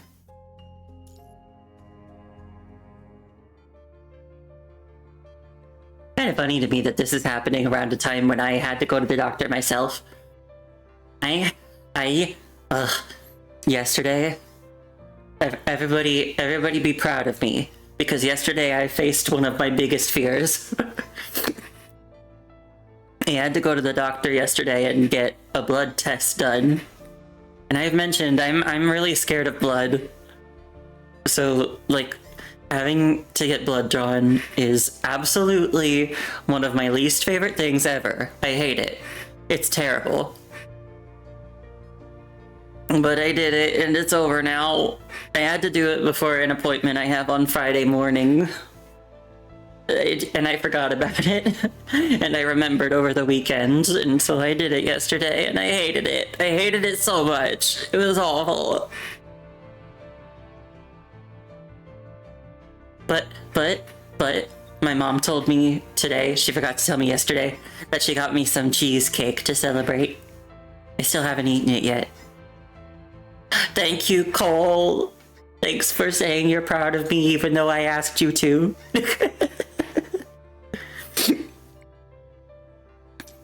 Yeah, I hated it. I hated it so much. But it's over now. And I did already get the results on my I got emailed some of the results of the test, and apparently I'm at a moderate risk of vitamin D deficiency. I guess that's not altogether surprising considering my sleeping habits. But that's not even what I'm going to talk about on Friday. Anyway. The pristine white decor and scent of antiseptic creates a reassuring atmosphere for every visitor. Reassuring? Maybe for people who aren't terrified of hospitals and the things that happen in them.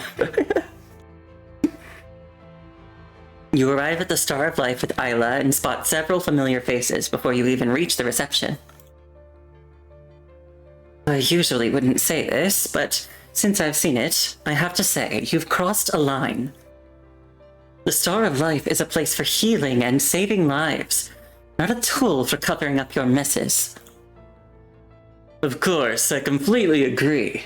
Where else in Babylonia could you find a cleaner place than this? God, it's this bitch. What we're doing is also a form of treatment. Some troubles on the surface can be fixed with a bit of money. But if it happens in space... Collins taps his foot on the floor, his tone overflowing with a sincerity that seems to come from the heart. That's not a sight anyone would want to see. Medical practice requires a license, and treatments must follow proper protocols. Of course, everything we're doing is within the scope of medical protocols. Collins' smile stays intact as he passes the conversation to the man behind him.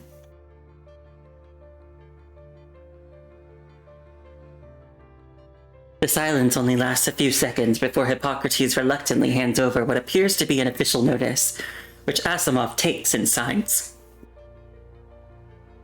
You know about this? Yes and no. They moved too quickly. Asimov! Oh my god. I learned recently that apparently he's like kinda tall. He's like, I don't remember. exactly how tall, but he's like kind of tall, which is so weird because I always imagined him being kind of short. I don't know why. Something about how he's drawn makes him feel short to me. Maybe it's because he looks like he's kind of like slouching a bit. But apparently he's pretty tall. And you know, it's hard to tell when people are just sprites. Asimov hesitates, as if waiting to explain something, but he just lets out a sigh. You know, I've never been able to figure out how they think, and I don't want to waste time trying, but I'll keep a closer eye from now on. Passes the conversation to him. Death stare. That's just his face. He always is giving a death stare. If you say so. Let's go, attending physician Collins. I'll show you Babylonia's illness. You must be joking. Hasn't he already been cleared? I'm here to offer condolences and compensation. To show his sincerity, Collins produces a basket of gifts, with the most expensive item being an anonymous credit chip nestled among the flowers. Hippocrates responds with a grunt, shoves his hands back into his pockets, and turns to leave. The two walk away while Asimov remains still. What happened? Luke? It always shocks me a little bit when Asimov has this expression. Cause like, I don't know, it makes his eyes look so much more lively. He normally looks like just like so exhausted and tired of everything. But when he's got this expression, he looks a little more alert. Startled, Asimov looks up and tucks his pen back into his collar. His tone shows mild irritation. See, there's the Asimov I know and love?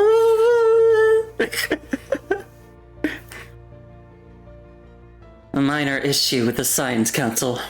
The Control Court has taken several researchers in for questioning. The Control Court? Not Corona? They're involved, but they weren't the cause. Asimov pauses briefly, thinking about whether to explain further. Discrepancies between the actual results and what was reported were found for a project at one of the Science Council's research institutions. So the Control Court intervened under counter-espionage and confidentiality breach regulations. Sounds like standard procedure. But Corono doesn't see it that way. They've interpreted the Control Court's crackdown on the Science Council as a premeditated collaboration. I don't understand. Why would Corono interpret the Control Court's attack as cooperation? The Control Court confronts the Science Council. And their investigation extends to other projects in the process. Corona's projects accidentally get caught up in it. That's what they're worried about. How exactly does this all relate? The reasoning seems a bit off. Because this isn't the first time. Corono secretly interfering with Science Council projects is nothing new. The Control Court and the Science Council responding to or retaliating against such actions is also common. I don't like getting involved in these political games, but... did they cross the line this time? Asimov's brows furrow together, showing he's deep in thought. To prove their innocence, they started treating all involved researchers as criminals during interrogations.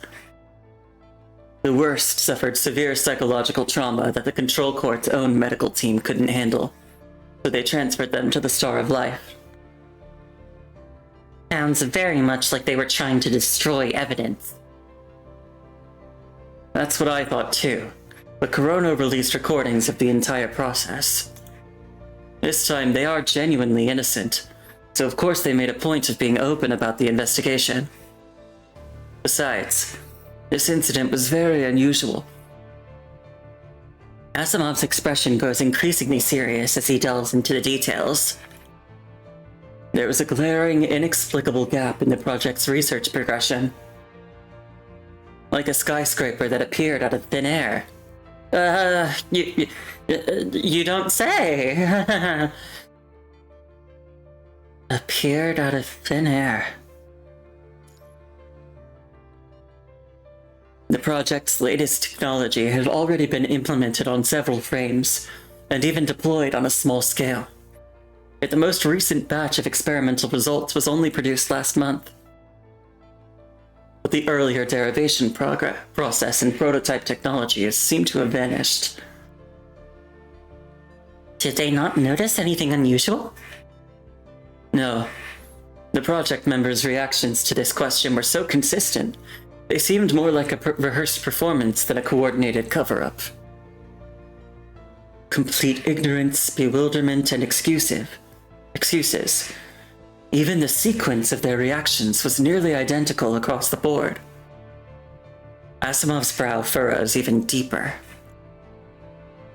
This left every investigator confused, so they drew the simplest confusion, that the researchers sold their findings and then falsified their progress reports.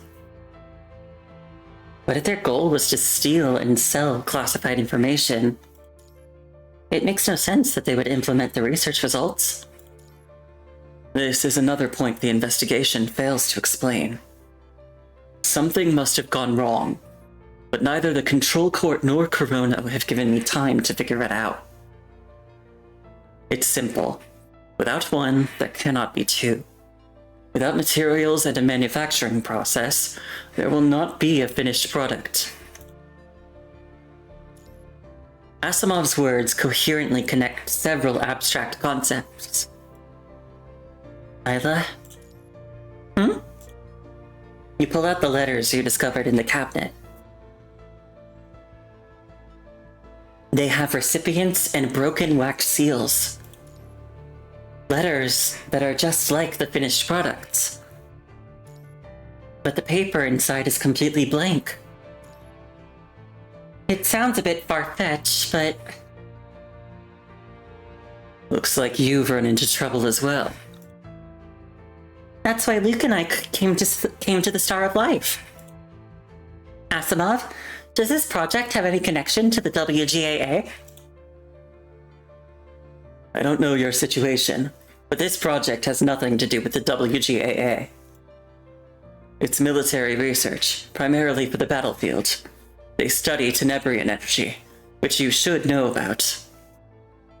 Asimov pauses for a moment before continuing. The project's official codename is Abbess. Its predecessor was a research institution from the Golden Age called the Abbess Research Institute. Does what happened to you have anything to do with this name? You exchange a look with Isla, both shaking your heads. H0584, Luke. RS0585, Isla. Please proceed to Windows 27. Isla is about to say something when a cold electronic voice sounds in the lobby. It's their scheduled consultation.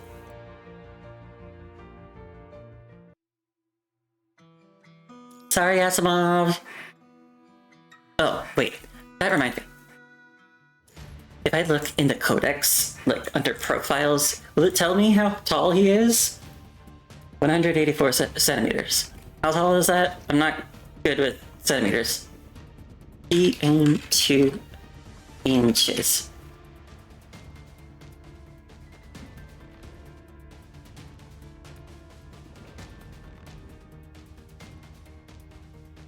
Oh damn. He's like 6 feet tall. This man's 6 feet tall?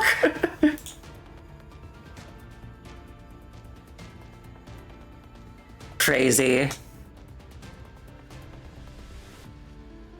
Yeah, I would not have expected him to be 6 feet.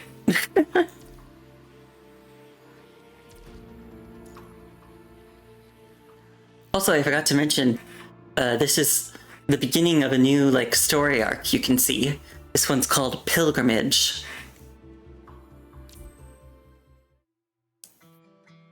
Protagonist. Most of the struggles in life lie in how to convince oneself to accept the current absurdity.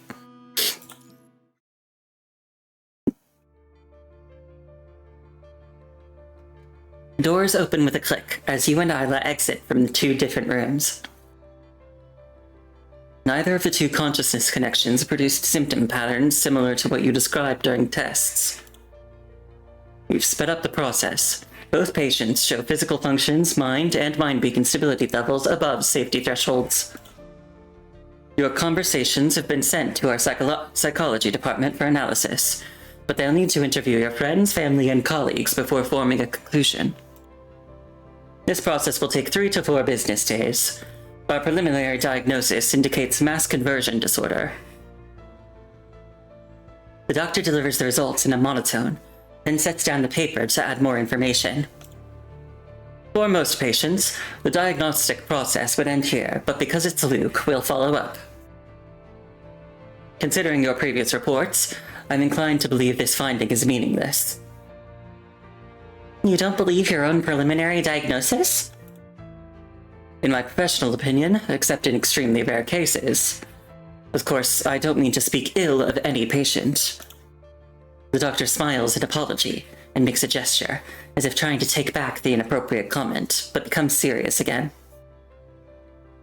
Apart from a handful of cases, I've never seen other commandants exhibit similar psychological symptoms in their daily lives. A commandant can still fall ill or have physical and mental health issues. Others may have psychological issues, but nothing nearly as severe as what you've described. And we haven't detected any signs of infection, so... Thank you for your honesty. I might not agree, but your status as an elite squad commandant still takes priority over your status as a patient. Even if others have doubts, I won't say it. I'm a doctor, and I'm supposed to reassure my patients. But you need assistance instead of reassurance. I'm sorry I couldn't be of more help. Don't worry, just leave the rest to us. The doctor shakes her head, gathers the examination forms, and leaves the room. As she exits, Asimov enters. Is the examination over? You didn't go? There's no evidence linking what happened to you with the Science Council's incidents, but I'm still concerned about your condition. The Science Council is responsible for all Commandant's mental well-being, as it directly affects the stability of your mind beacon. I know the general situation now. What would you like to do next?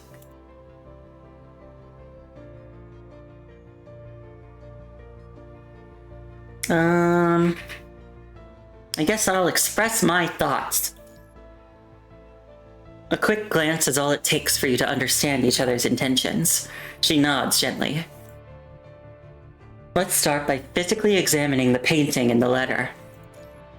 We need help with trace evidence analysis and authentication techniques. Okay.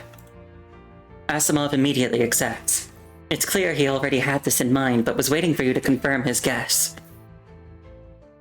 The samples need to be private, so we'll assign technicians who are familiar with you both. We'll ensure the safety of your objects during the examination. I'll get someone to retrieve Isla's canvas as soon as possible. Luke, your letter.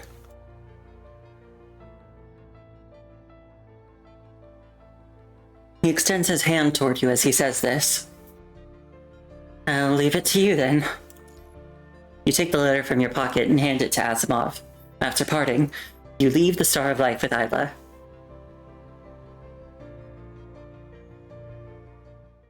I am so simple, because the fact that I know that he's 6 feet tall now is making me feel like the fact that I know that he's 6 feet tall is making me be like, oh, Asimov.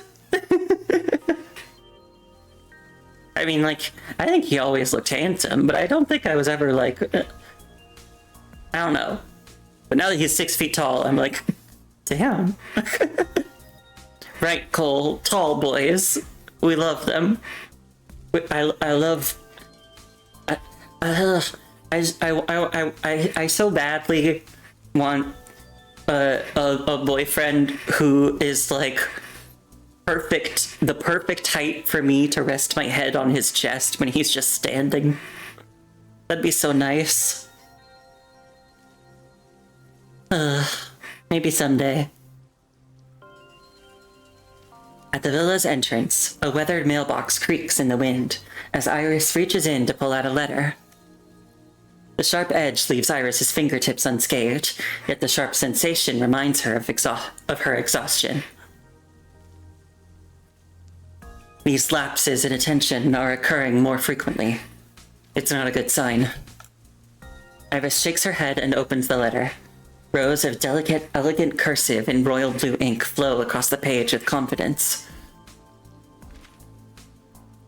The multilateral trade agreement has been signed at the Mirror Sea Twin Towers and officially implemented.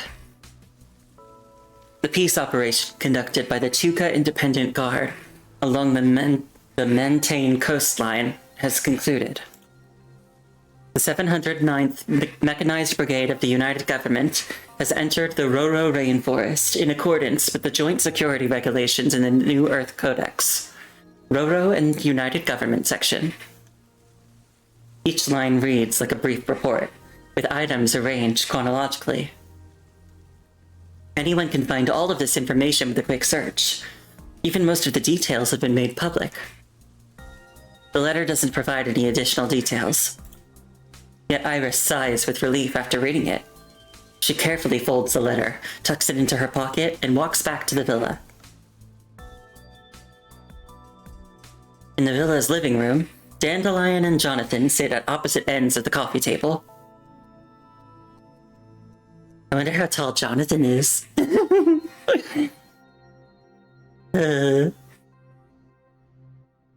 I am thirsty. The conversation is serious, yet odd. Dandelion wears a grave expression, while Jonathan looks confused. And then what? There is no and then. That's all there is to know about why we were attacked in the Opera House. Do you have any questions? I know that what I just said might sound a little absurd. I just have one question. Are you finished? Like that speedy recital of my identity in the car. Are you done with your rigorous, precise, and informative explanation? Yes? Did I leave anything out? No. I mean, what you've been saying must be some kind of science fiction to set the mood. Like how a judge always says a few transitional words before announcing the verdict. Jonathan rests his elbows on his knees, hands clasped over his nose and lips. His leg bounces nervously before he takes a deep breath and drops his hands to his sides. For instance, the truth could be that I work for the United Government, helping revise the articles of the New Earth Codex. A group of dissatisfied civilians has targeted me, most of them victims of the peace operation. They oppose the United Government and don't want to see the New Earth Codex implemented, so they planned the attack. Jonathan's analysis is logical and clear. The conclusion is the worst-case scenario in his mind when he accepted this job. But human imagination has its limits. Trouble does not. Jonathan, this isn't a courtroom, and we're not a jury playing make-believe. Do you really think what happened is some ordinary people? Or the military? Or these special organizations could carry out?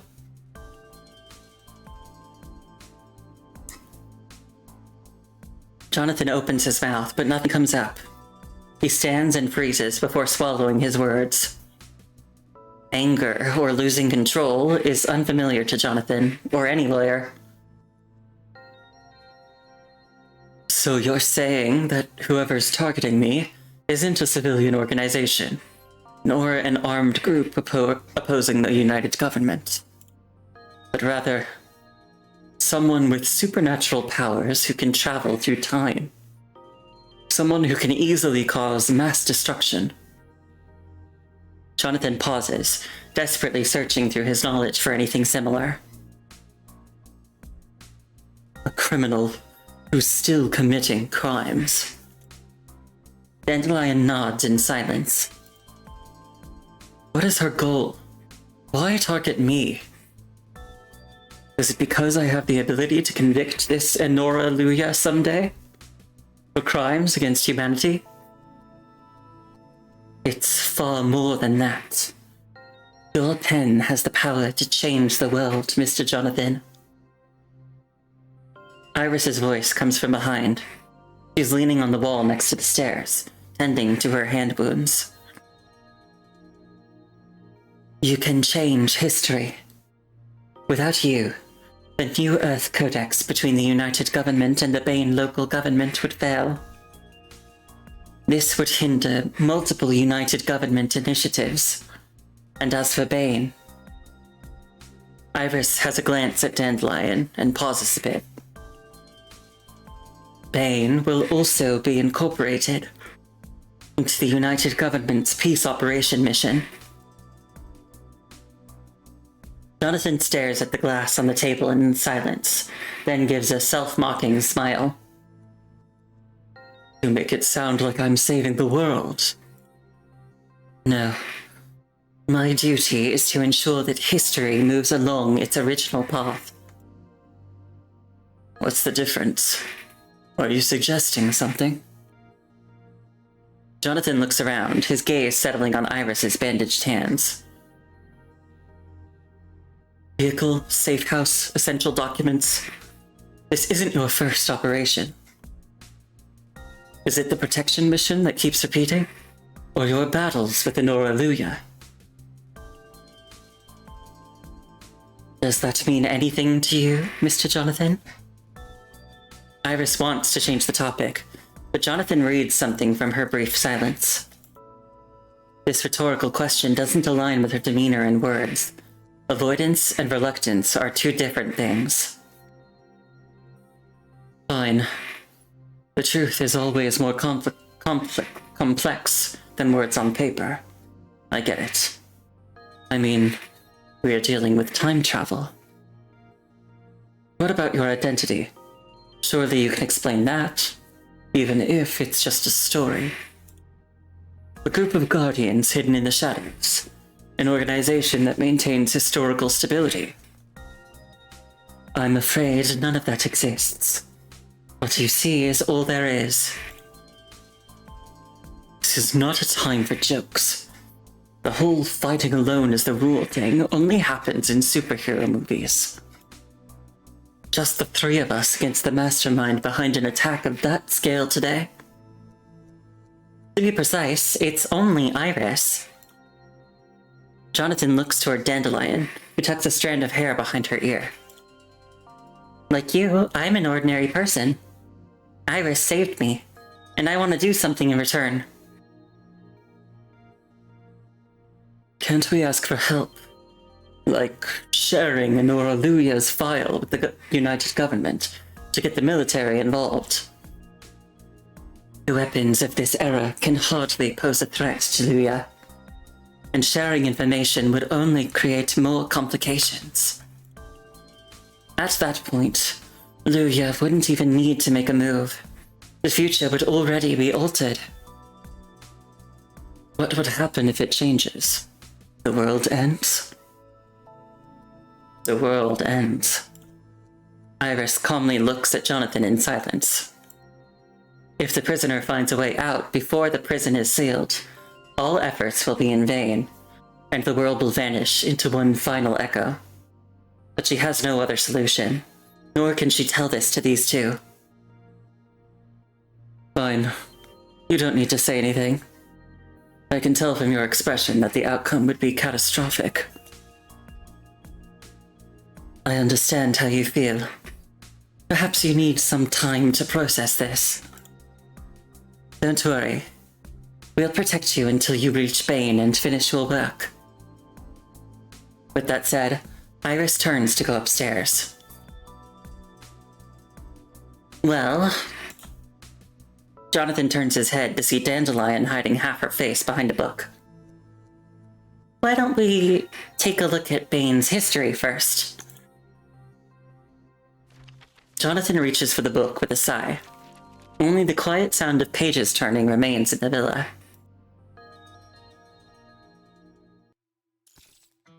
Oh yeah. Wonder what's going on there. Okay. Faceless. The crowds will portray you for me with the world as the canvas.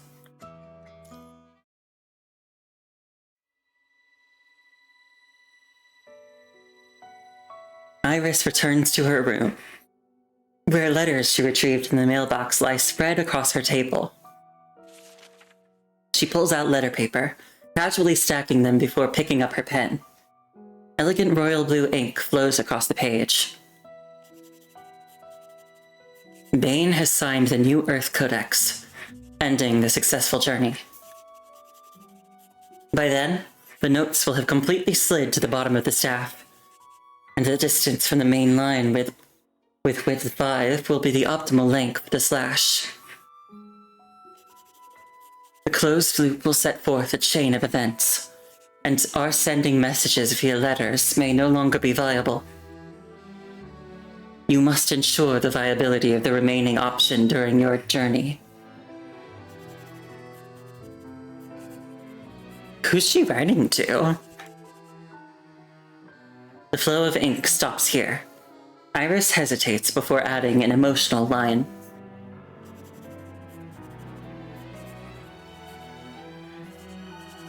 The critical point for the slash is close and must be secured.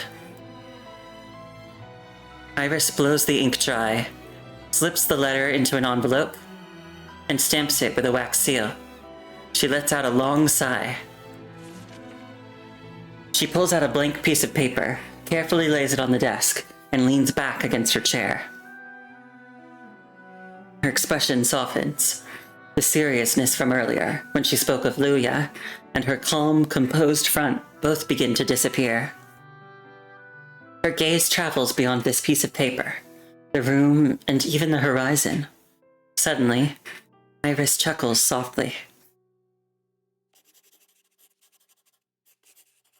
Dear Luke, how are you? I miss you so much. Her writing flows with tranquility, each stroke soft and tender. Even the air in the room seems to have lightened. After a long while, the sound of her pen running on paper ceases as the letter is finally done. Looking at these words, Iris is reading it over and over again. As if reading it countless times might allow her heart to hear the recipient's gentle voice replying in her ear. It's so bright. Do you mean the white letter paper? Finally, Iris makes herself stop, knowing that indulging in such comfort only makes the long journey ahead more difficult. She picks up her violin, and the bow dances across the strings. That's not a violin. That's a cello. As the music fills the air, the letter begins to dance, drawn by an unseen force. It bundles into a tight ball, then unfolds like a germinating seed and grows into a flower. A pale blue glow creeps up the paper flower and vanishes with the last note, as if it was never there at all.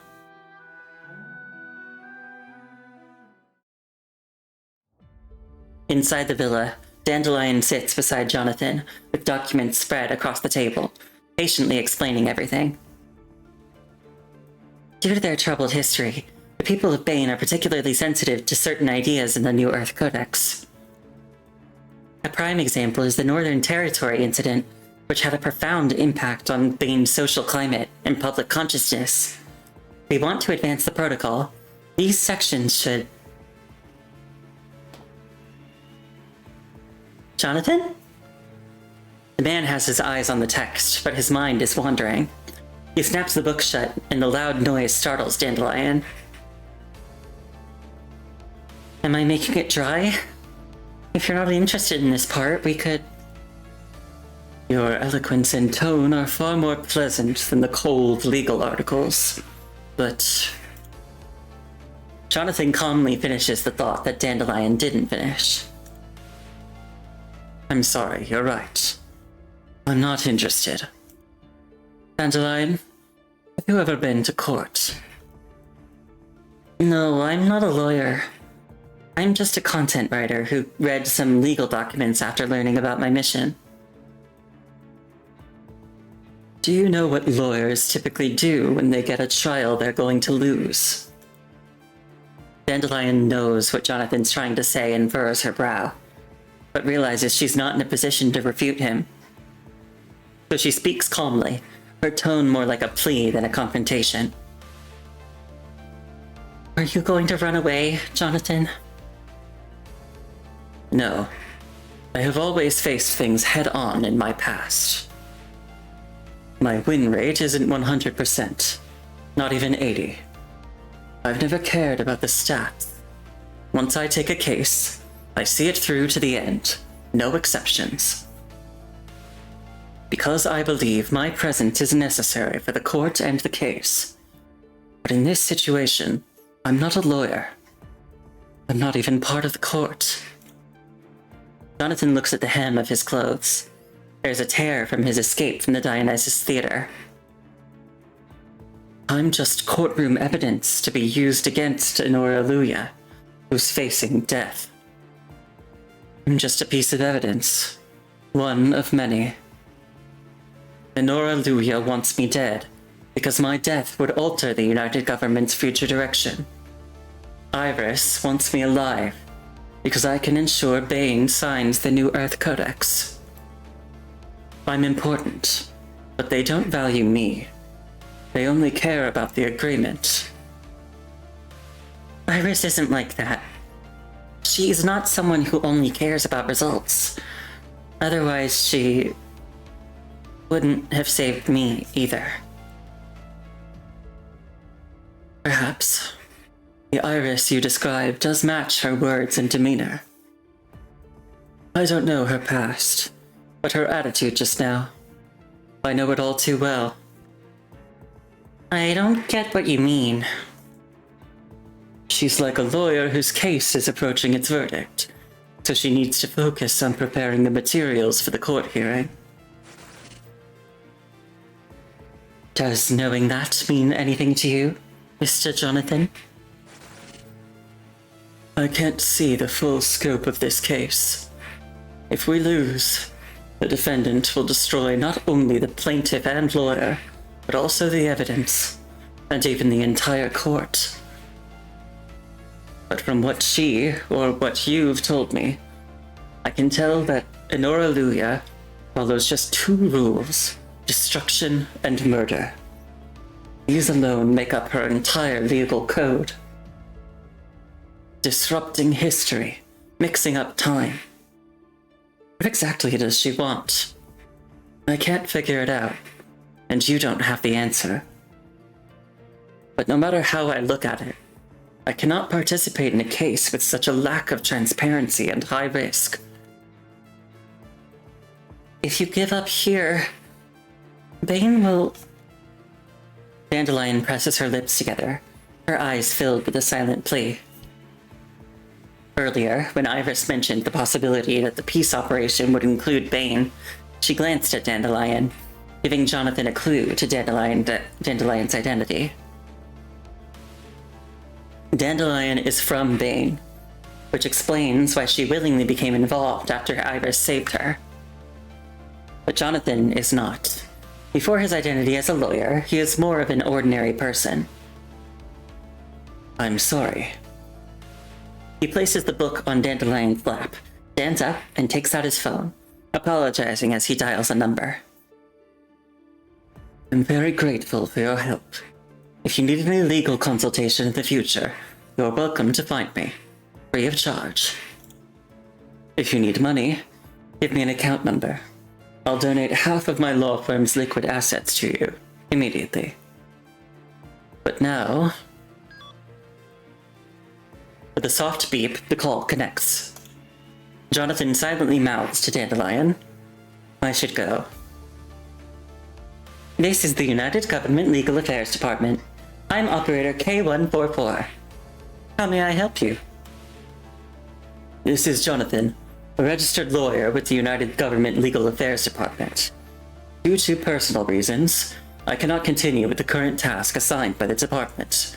Please help me initiate the termination process. Please wait a moment. You are Mr. Jonathan, a consulting advisor for the Legal Affairs Department, correct? The system shows you are currently involved in the Bane Legal Code Research Project, and will be traveling to Bane with the Legal Affairs Department delegation next week. You would like to end this task now, is that correct? Jonathan holds his phone and gives a slight nod, after exchanging glances with Dandelion. Yes. Understood. I've processed your request. You'll need to complete some additional steps. We will contact you again by phone. Thank you for your help. Jonathan hangs up and avoids Dandelion's gaze, bending down to pack his clothes instead.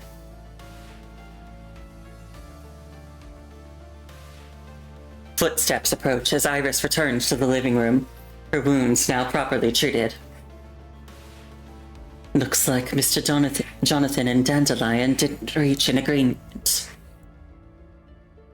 This is my fault. I'm selfish.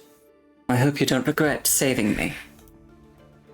Nobody should regret saving someone's life, regardless of what happens. But running away won't solve anything. As long as you're still in charge, Luya won't let you go. I've already given up on the task assigned to me by the United Government, though I know it's not right to pass this disaster on to someone else. Jonathan's hands freeze as he buttons his sleeve.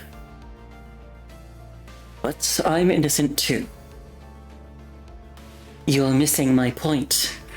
If things could be changed so easily, Luya and I wouldn't be at this standoff right now. Iris glances at the phone Jonathan still clutches in his hand. The world has inertia. It naturally stays on its established path. It's change that comes with a price. As if to validate Iris's words, Jonathan's phone rings. Joe, are you in trouble? I ran into something at the Dionysus Theater. Jonathan looks up at the two. We were attacked by an armed organization. Their resolve to stop Bane from signing the New Earth Codex is far beyond what we imagined. Joe, I know how hard this is for you, but someone has to finish this. The New Earth Codex is a massive undertaking. Legal Affairs Office of the United Government has no other option left. Even I am already on a plane. I won't appeal to some grand cause to persuade you, but the world is changing. Once you're caught up in it, it's difficult to walk away. You've been a member of the United Government for so long, and part of their peacekeeping operations. Aren't you familiar with their methods by now? Jonathan's face instantly darkened. Think it over again, Joe. It's not just for others. It's also for yourself. Thank you for your reminder. Jonathan abruptly ends the call. Before he can even process his emotions, his phone lights up again. It's a text message from the United Government. Each word hides a threat behind respect. Yeah, Joe, get with the script. Iris sighs. Before she can speak, a knock at the door breaks the silence. Hello? Hello, this is Unit 6. Which one of you is Iris? I have something for you. Iris takes the envelope, and the familiar texture sends a wave of unease through her. The blue handwriting appears steady, but the hurried strokes between the lines reveal it was written in haste. The multilateral trade agreement happening at Miracy Twin Towers has been postponed due to an unknown attack. Witnesses reported a metal giant, which some experts claim to be a secret military weapon. The Maintain Coastline Peace operation of the Tuka Independent Guard has encountered significant resistance. Unknown attackers are throwing the situation into chaos. The 709th Mechanized Brigade of the United Government has entered the Roro Rainforest in accordance with the Joint Security Regulations in the New Earth Codex, Roro and United Government Section. During the deployment, they were attacked by an unidentified armed organization and suffered heavy casualties. No one has claimed responsibility for the incident. Zuya has realized the critical point for Slash is approaching. She has launched attacks against various nodes and is attempting to break free. Iris? What's wrong? You look terrible. She's found the loophole. She's fighting back. Who? The ground trembles for a second before Dandelion can finish. Iris turns her head. Her mechanical pupils start adjusting, and she sees something in the distance. Enora Luya. She's here.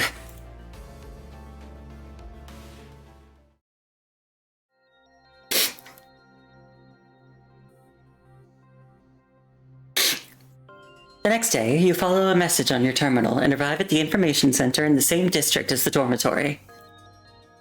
The usually bustling building is now temporarily closed. The few people who come up click their tongues in disappointment and walk away. Good morning, Commandant. What's going on here? You walk into the building with Isla after going around the barriers. Last night, the forensics department ran 3 thorough tests on your letter. They did not find anything. As for the painting, our last clue, it gave leads that are too vague, so they decided to involve information technology specialists. Why all the fuss for some specialists? It's not the specialists, but the solutions they're working on. Isla blinks, takes out her terminal, and taps it a few times before reciting the text. We've decided to abstract your painting into different conceptual datasets based on 3 disciplines: art, medicine, and forensic analysis.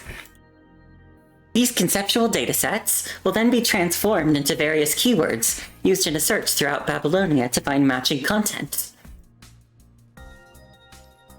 Is there a version of that in plain language? I'd like one too. As she finishes speaking, the terminal chimes and auto-connects before she can touch it. The plain version is, we're digitizing the painting to figure out why it made you both uncomfortable, and to see if anyone else reacts to it. Teddy! The search scope is huge, and filtering the scattered data is complicated. So we've booked this place as our temporary workspace. Also, the voice goes quiet for a moment. A heavy breathing sound follows, as if the speaker is leaning closer. You both came without breakfast?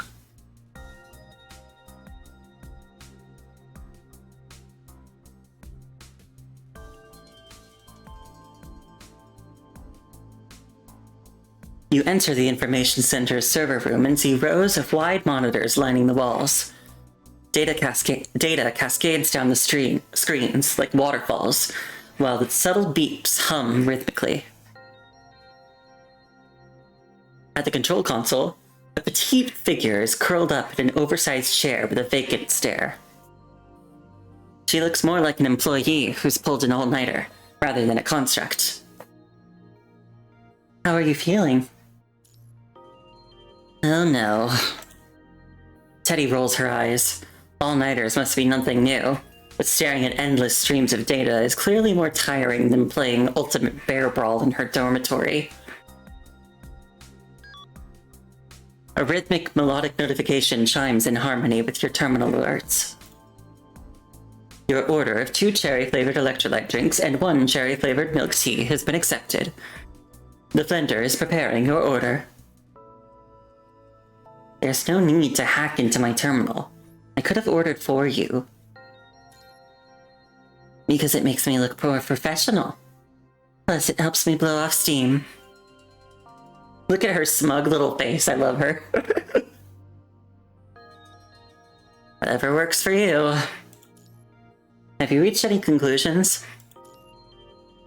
My only conclusion is that there's something odd about what happened to you. We don't have enough information to form a theory. You had toast with blueberry jam for breakfast and it was really good? Ooh. I haven't had toast in a while.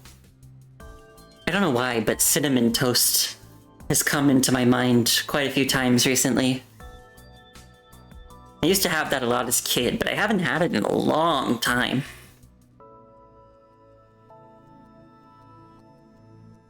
I'm glad your toast with blueberry jam was good, though. My only conclusion is that there's something odd about what happened to you. We don't have enough information to form a theory. Her fingers fly across the controls as she pulls up a user-friendly interface. A dozen files pop up in succession across the monitors. First of all, the painting. I searched Babylonia's entire internal network, but there's no picture with more than 60% similarity. I also checked the ones with less similarity. No need to waste any words for that. I can't get more information because the portrait lacks facial features. That's usually the easiest characteristic to match, essentially serving as the key data.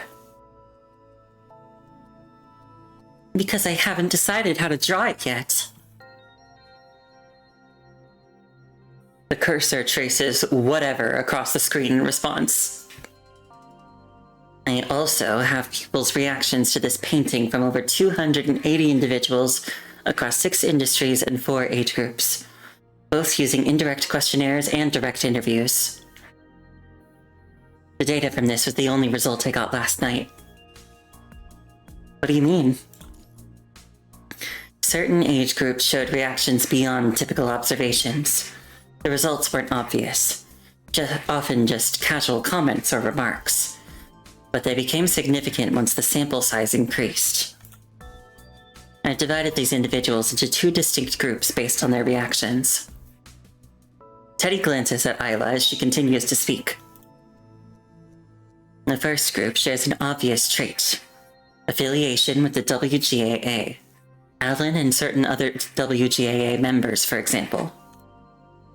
But the second group didn't. There were no common traits in terms of social status, purchasing power, living location, or recent experiences. I spent the entire night digging, and eventually found something. The result is fascinating.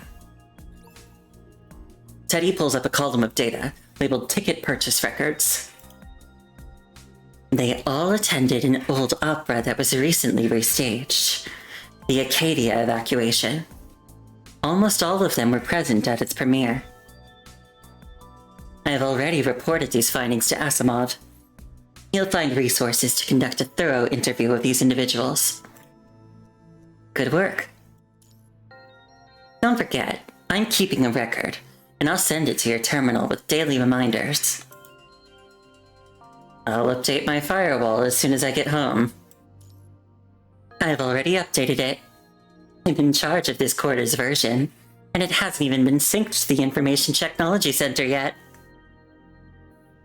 By the way, is that the image analysis software on screen? Isla interrupts the playful banter. Yes, it is. Do you want to search for images with less than 60% similarity? No, Didn't you just say there were no matches? Then what's this? You all fix your gaze on the screen where Isla's finger is. On the bottom of the screen, on a red bar that shows an error that is self-repaired, one result stands out. Image match similarity, 95%. Matching module tag, character depiction.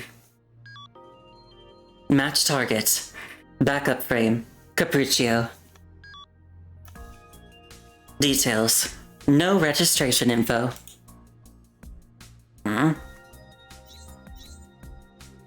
Teddy furrows her brow, and a dizzying array of windows pop up on the screen. Soon, more information appears. Search core, backup frame Capriccio. Details, no registration info. Current location, Conservation Area 221 Warehouse. Frame processing status, pending destruction. 183:31.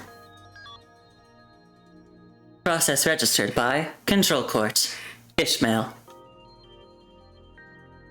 Ishmael, what are you doing? A Babylonia backup frame stored in a Conservation Area warehouse? I think we found the issue. We have 3 hours until it's destroyed. Let's head to the warehouse now. Temporary communication channel established. I've created a combat mission under the Science Council's dispatch authority. I'll assist you in accessing Conservation Area 221's surveillance systems. As for Ishmael, I'll use the Science Council's authority to block her surface access request and stop Ishmael from reaching Conservation Area 221 before you do. I'm on my way to her now.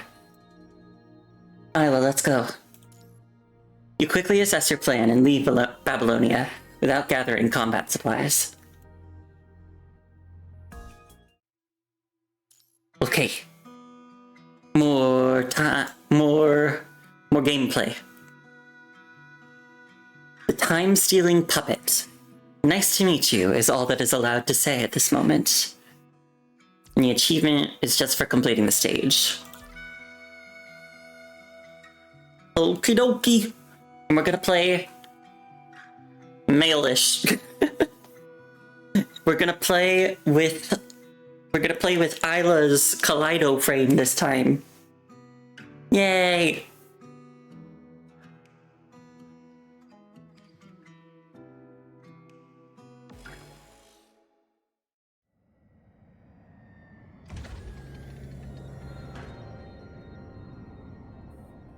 As you leave the landing pad, the noisy engines behind you briefly stop before starting again.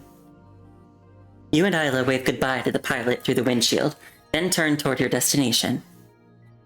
You press the terminal amidst the roaring air currents. The rumbling drowns out the sound in your earpiece. The storage area in front of you is the smallest range you've been able to narrow down. The frame was transferred to the conservation area a week ago. Item transfers within the storage area aren't reported to Babylonia, and from the current situation, I doubt they are even recorded locally. Got it. So it's time to search, right? I can show you which warehouses have the good stuff. This conservation area has loads of art on the restricted list. Now there'll be 2 more names on the list. Don't worry, I can take off my name and Isla's and put yours.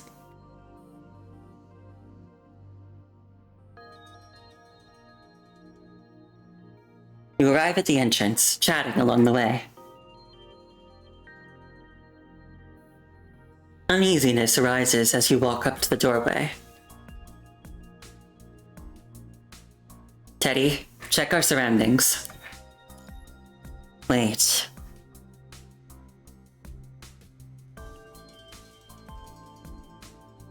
All 47 cameras around you are functional. No signs of tampering were detected. Isla senses the change in atmosphere and tilts her head. Commandant? Did you notice something? It's going a bit too smoothly. Smooth? Not really. According to puzzle game logic, we need multiple keys to unlock the path we're taking. We just started. Construct in this warehouse might only be the start, and we still have no idea what's going on with Ishmael. I think what the Commandant means is that everything seems to be going in a straight line.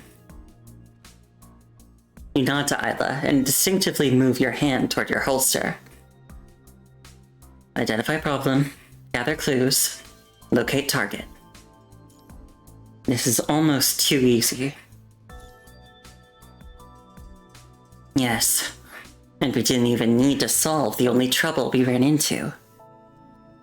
Thinking about it now, our initial search showed no results until an error message suddenly gave us a clue.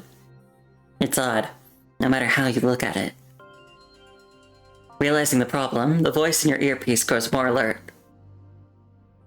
This isn't just coincidence, or the task is actually straightforward. And we've stumbled onto someone else's game. You exchange a look with Isla, silently becoming alert as you enter the warehouse side by side.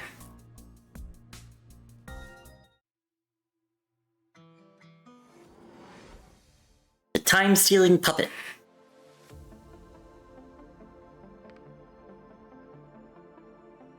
Commandant, is it over there? There seems to be something on that platform. That's the Capriccio frame. Construct frame. Looks like that's our target. We need to find a way across.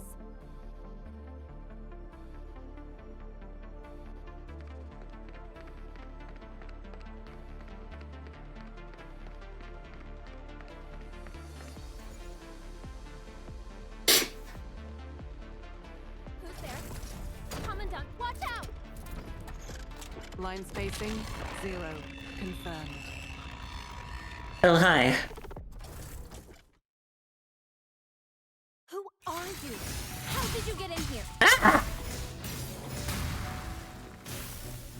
Oh, does Commandant have a character model? Something like Rover from Mooba? Not yet. As of now, all we've got of a Commandant model are hands. But that is, supposedly going to change in the future. Because I know they're working on, like, an improved dorm system where you'll actually get to customize your own Commandant a bit. Ah! Colors.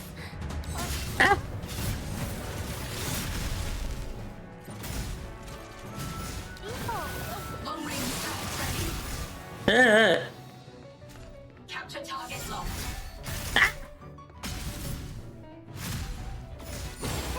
Is fresh. Deploying suppressive fire. Ideas are blooming. Time to feature in these new colors. Da, da, da.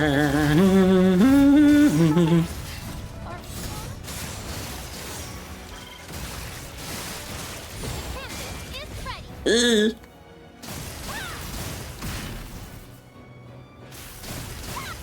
Time to feature in these new colors.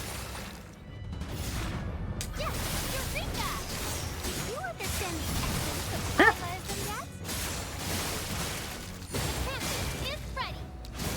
There's an opening. Capture target locked. Behold, a world of imagination. Yes, Eureka! Ah! Do you understand the essence of realism? Behold, canvas is ready. Time to feature in these new colors. Yes, Eureka!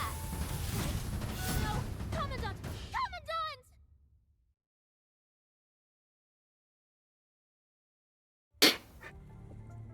Eh? An EMP-like attack momentarily paralyzes Isla, while a thick fog obscures your vision. Signal is weakening. It's trying to escape. My turn. You pull out tracking and mechanical interference devices from your bag, dashing through the fog toward the enemy's last known location. Commandant, watch out! Isla's warning cuts off. Her voice suddenly vanishes, leaving only silence.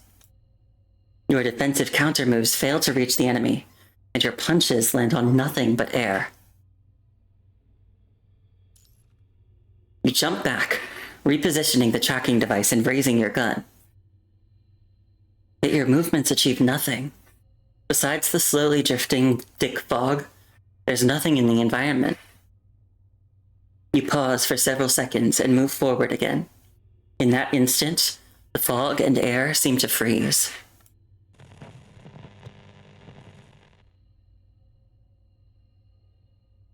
Isla? You call out with caution, but receive no reply. Eddie?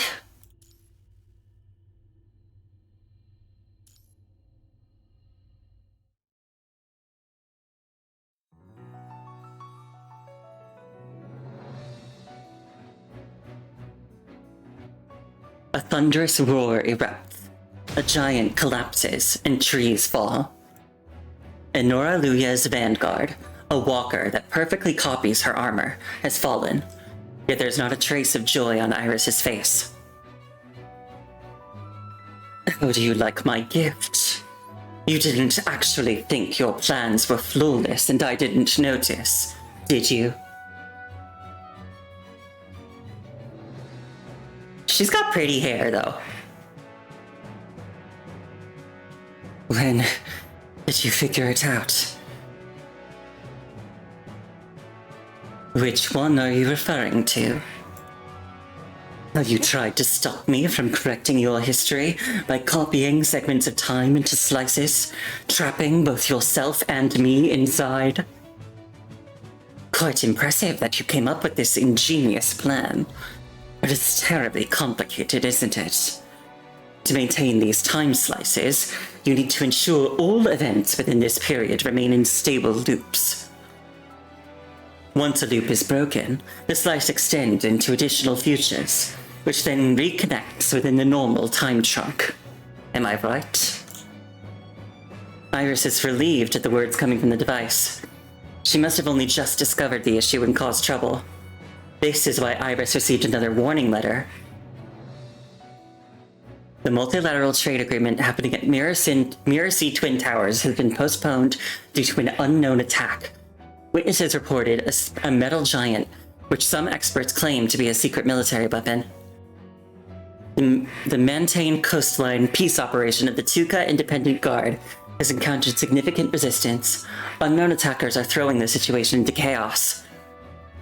The 709th Mechanized Brigade of the United Government has entered the Roro Rainforest in accordance with the joint security regulations in the New Earth Codex. Roro and United Government Section. During the deployment, they were attacked by an unidentified armed organization and suffered heavy casualties. No one has claimed responsibility for the incident. At least the real plan hasn't. Iris thinks to herself. But the sarcastic words she hears next freeze her blood. I've known from the very beginning, since you dragged me into this prison at Abbas, but I still don't know where you got your time-slicing technology. All our fights within these time slices are no different from those in the normal timeline, so my conclusion stands. Give up.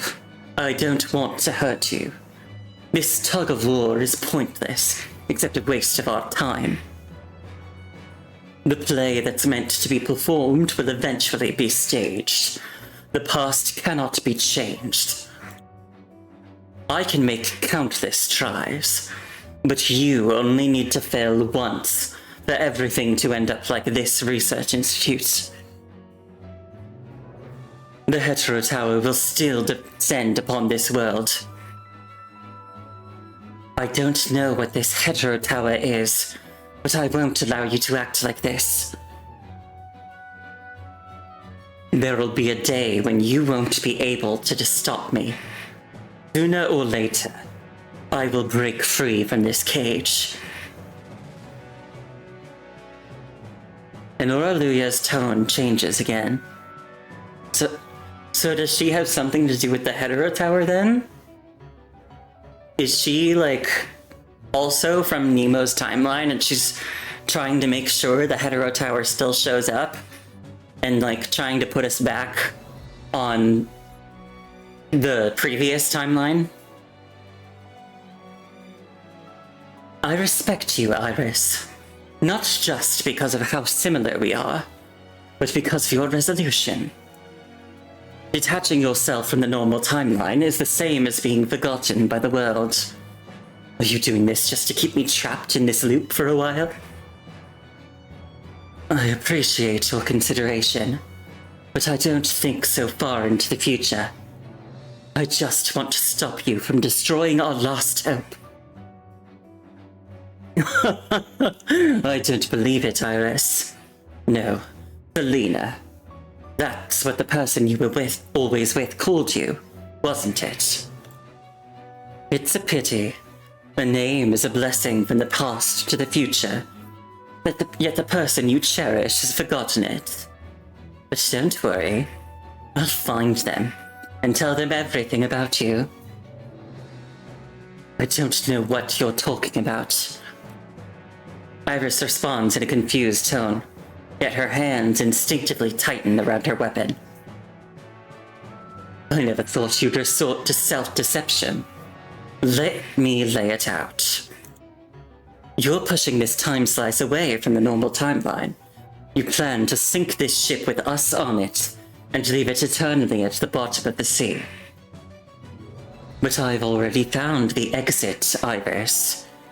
You've carefully covered your tracks, but luckily, you have a shadow that's been submerged in countless timelines for too long, and I've caught it.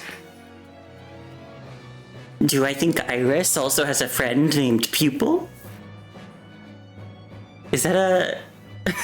is that a reference to something? I feel like I should know what that means. But maybe I don't.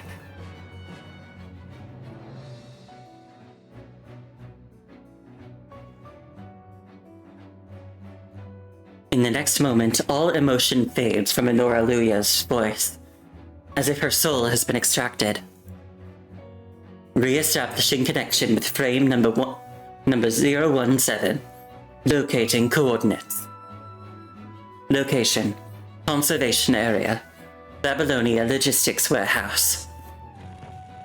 Piercing white noise erupts as thick fog begins to surge, gradually blinding Iris. She recognizes this fog, and Oraluya always uses this trick whenever she does something related to time. She must stop her. She cannot. She absolutely cannot let that world, cannot let the conductor. Iris raises her weapon again, ready to lunge forward, when a sound from inside the fog makes her freeze.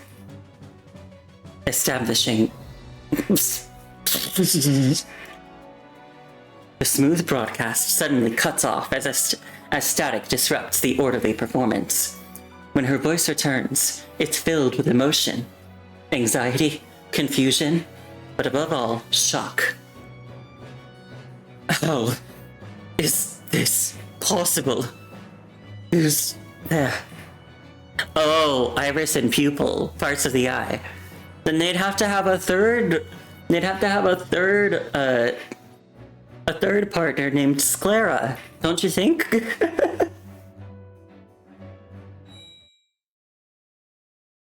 I should have known that, but I was just thinking of Iris the flower.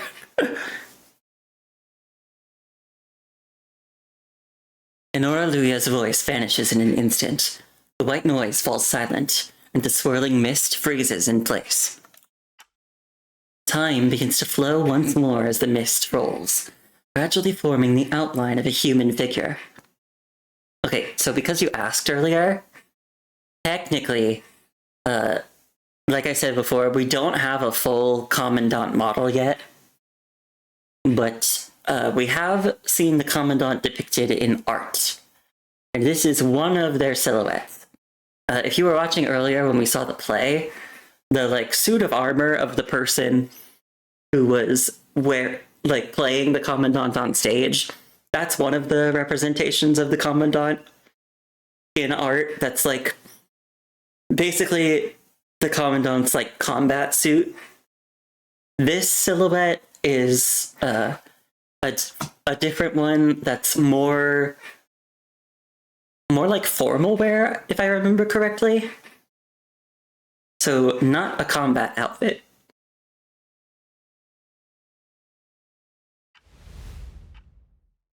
Iris freezes. She can only make out a blurry silhouette, yet it stirs up powerful emotions within her. An absurd thought flashes through her mind as an indescribable feeling surges up from her chest. Hotter than friction, more powerful than loneliness, than lonely, sleepless yearning. Her emotions overwhelm the reason the instant she realizes who this visitor is. Her body moves before her mind can catch up. The name she's longed for day and night is about to bloom on her lips.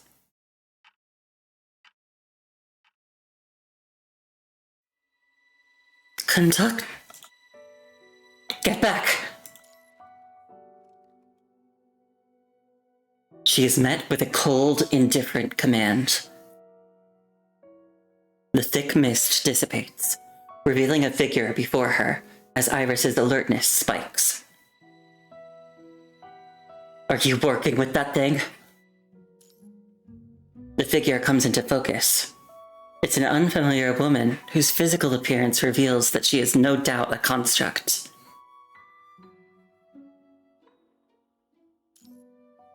Her brows furrow. The weapon in her hand clearly won't pose any threat. What should she do? Before Iris can collect her thoughts, she watches as the figure bites her lower lip, releases her trembling hands, and allows her weapon to vanish. Her hopeful gaze meets icy eyes, and her heart shatters. The fragments cut deep into her. Pain has no shape, but is so real it takes away Iris's breath. She nearly loses her voice. Seeing this, she lowers her gun slightly, but keeps it in her hand. Conductor has forgotten who she is. Jumbled sensations crash through her mind and body. The conductor stands right before her, yet feels as distant as the horizon. She digs her nails deep into her palm. Pain travels into her mind as old wounds throb in unison. With great effort, Iris forces herself to remain calm. You. Hello. Nice to meet you. She tries her best to force a rather ugly smile. There are undercurrents hidden in her soft tone. My name is Iris. Iris finally figures out everything happening before her. Enora Luya has once again extended her reach into the normal timeline, trying to leave coordinates to escape this prison. But the conductor accidentally interrupted this process and got dragged into it. Fortunately, the conductor's reaction is expected. She can still salvage this situation.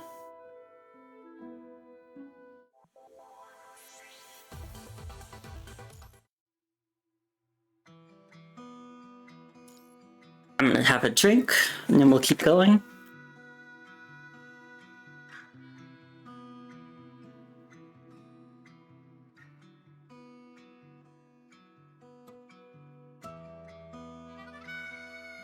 Okay. Understanding. What shapes one's true self? Their own memory, or others' perception of them?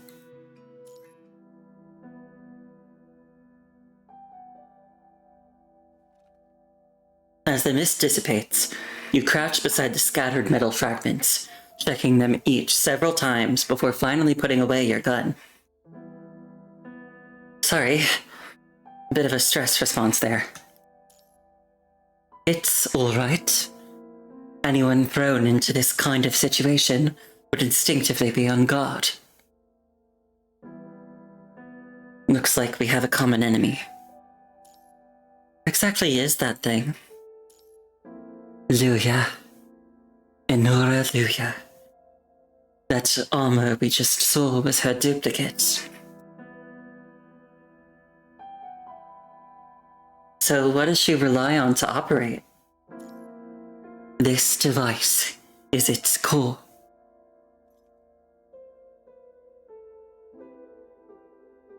Iris explains gently, sifting through the scattered debris to pick up a prism-shaped device.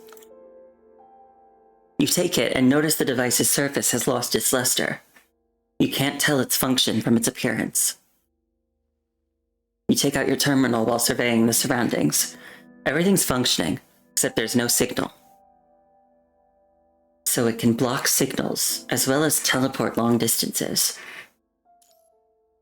How much longer can this one last? It's already dead. Or rather, this device alone is not enough. Then why? Because you're no longer in your original location. I mean, what you've crossed isn't just spatial distance. As her words trail off, an aircraft flies overhead with a roaring sound, confirming her statement. What? The core device is key to powering the duplicates, and it is also the key to traveling through time. By pairing two devices together and anchoring the coordinates, it's possible to open up a temporal passage. Iris pauses briefly, giving you a moment to digest this information. Temporal passage.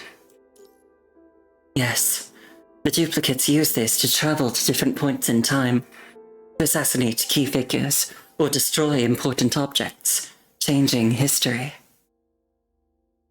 In your time period, there must be something she's targeted as well. Your fingers trace over the strange device, as what happened with Isla and the Science Council flashes through your mind. Everything fits what she just said. Time travel. It's an incredibly far-fetched concept. The truth would require verifying more details, but the info gathered so far is logically consistent. This unidentified construct is clearly a powerful fighter, yet is showing goodwill. So you decide to cooperate with her for now. Thank you for sharing this intelligence. I apologize again for my earlier recklessness. You remove your gloves and extend your right hand, rapidly piecing together information in your mind to make up a new identity. FOS, a mercenary from Eden Security Group. Pleased to meet you, Miss Iris. She knows I'm full of shit. She knows who I am. I just don't know that. For some reason, a faint smile forms on Iris's lips. She noticeably hesitates before making contact, but ultimately shakes your hand. Hello, FOS. Is she trying to avoid physical contact? No. Her grip is surprisingly strong. As you speak, you keep gathering info about the construct, building a profile. Just as you're about to release her hand, an intricate pattern on her shoulder catches your eye. The design is also strangely familiar. You're lost in thought for a moment, until you see Iris's gentle smile again. You realize you've been holding her hand for too long and quickly let go. Sorry, I was a bit distracted. Enora Luya must be stopped. Is there anything I can do to help? Relax. This war is almost over. I'm executing the final and most critical mission. Escorting the target to the designated location. If all goes according to plan, Enora Luya will be waiting for me there. Once I defeat her, everything will be fine. As for returning, you don't need to worry about that. Iris hesitates, then quickly begins to explain, as if she's just made up her mind about something. Once I complete the final mission, I'll destroy her main body and get the new device. By then, I'll be able to send you back to where you came from by using duplicates to traverse through time. Critical mission. Quickly compile all the info and realize you don't even know the real identity of this Iris standing before you. Someone who knows so much about Luya probably isn't an ordinary soldier. Pardon me, but I haven't asked about your identity, Miss Iris.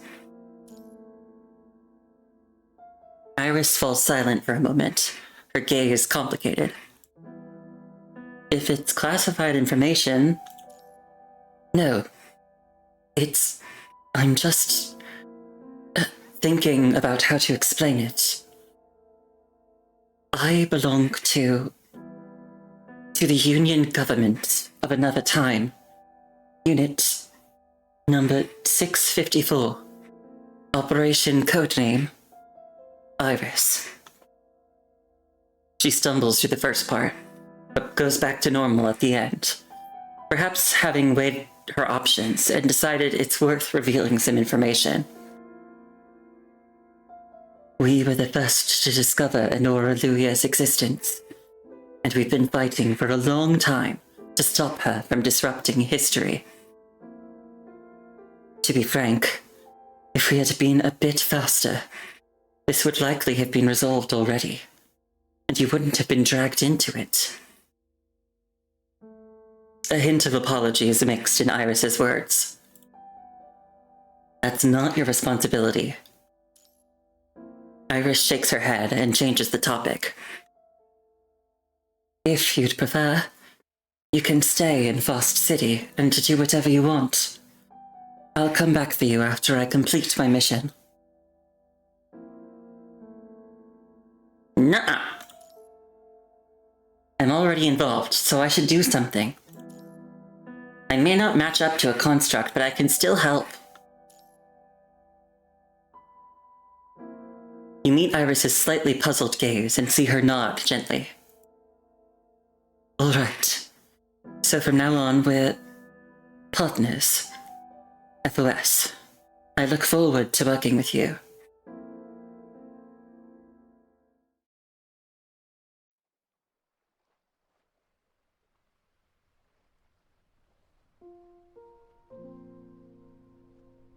You sit in the living room of the damaged villa with Dandelion and Jonathan, introducing yourselves. Wait, so I get to meet Jonathan? Ooh. Me at any point when there is a handsome man on screen. Iris emerges from the kitchen, carrying a saucer and a teapot. We don't have much here, but here's something to drink. Dandelion accepts it with surprise. I had no idea you had these here. I was too busy looking for Luya, so I didn't have time to... Her gaze drifts casually toward the sofa, where you are quietly talking with Jonathan. Have they known each other for long? I suppose so. Longer than they've known me, at least.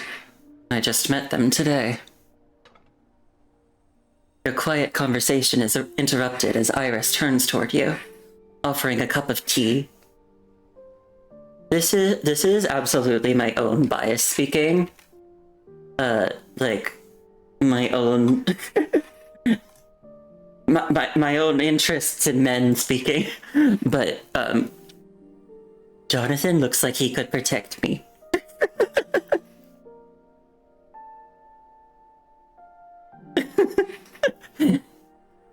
He's just like... He's very, very close to my yeah, very close to my type of character. If he was a knight and not a lawyer, that'd be it for me.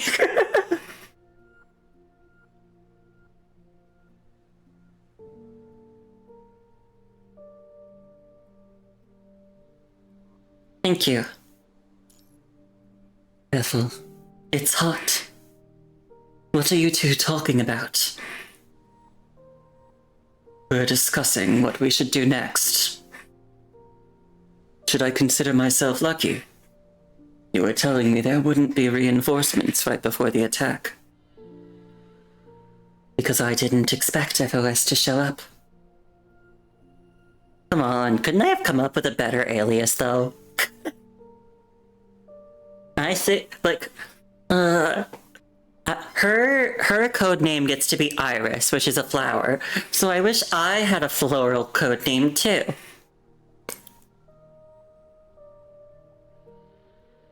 I probably would pick either Rose or Aster.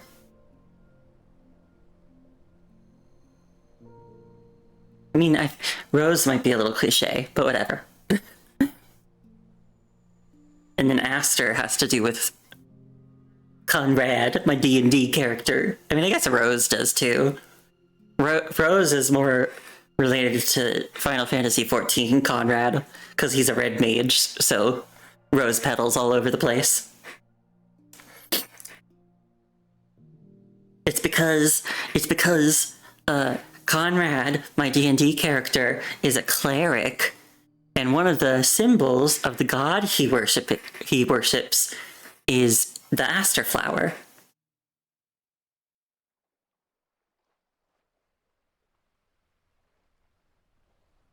Iris said you volunteered to help. May I ask why? It wouldn't have affected you. He furrows his brow, genuinely confused. The situation. You probably already know, so why take the risk? You have already figured out who Jonathan is through the simple chat just now. He's a lawyer who's about to participate in the signing of New Earth Calendar. Perhaps because he tried to avoid getting involved, he cannot see why someone would volunteer to join in. Because I want to help. Luya is changing history, and no one knows if we can survive once that happens. Also, I was a soldier. Do you guys think that was convincing? Before becoming a mercenary, I'm familiar with combat, just as you're familiar with legal codes.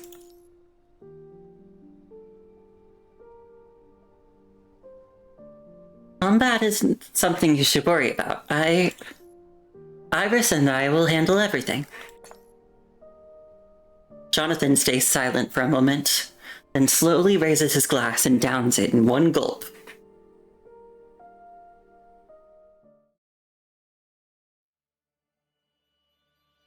After getting acquainted with each other, given the intense situation, there's no time for idle chat. Let's go through our next steps. Iris? Iris nods and takes a letter from her pocket, putting it on the table. According to our original trajectory, Jonathan will fly to the capital of Bane in a week. Our main concern is his safety once he lands. But things have changed because now I know that Nora Luya has discovered our plans. That's why she launched the attack earlier. I thought that was just daily life for someone who's become her target. That's an exaggeration. According to our initial assessment, you should have been safe until you reached the capital of Bane. So now we need to figure out how to stay alive until next week. No. The question is how to reach Bane at all. Jonathan exchanges a glance with Iris to make sure they're on the same page. Iris takes out a map and marks the airports and flight paths between the capital of Bane and Vast. Flying is no longer viable. This is the first change in our plan. Planes are sitting ducks, and Oraluya can easily take down the entire aircraft with a suicide attack. But wouldn't changing his itinerary seem suspicious to the United Government? Wouldn't they think that Jonathan is trying to escape? Of course. My name was probably already on the watch list when I finished that call with the professor. But we can't use other transportation either. I can't just wait around for her to blow up this plane. So what's next? First, contact the United Government to request personal protection in light of the recent attacks. But could regular bodyguards save me from attacks like that? I might end up sacrificing more lives. We just need to convince the United Government that you're ready to play their game. But that's not enough. We need a more decisive plan. Iris traces Bane's border on the map with her pen, thinks for a moment, then looks at Jonathan. You said that you own a law firm and have substantial financial assets. That's right, but... Purchase a large amount of Bane's company stocks and bonds with cash. As a negotiator, you should know which companies will benefit from the dividend period after the treaty signing, and what kinds of assets will go up in value. Bind my assets to bands.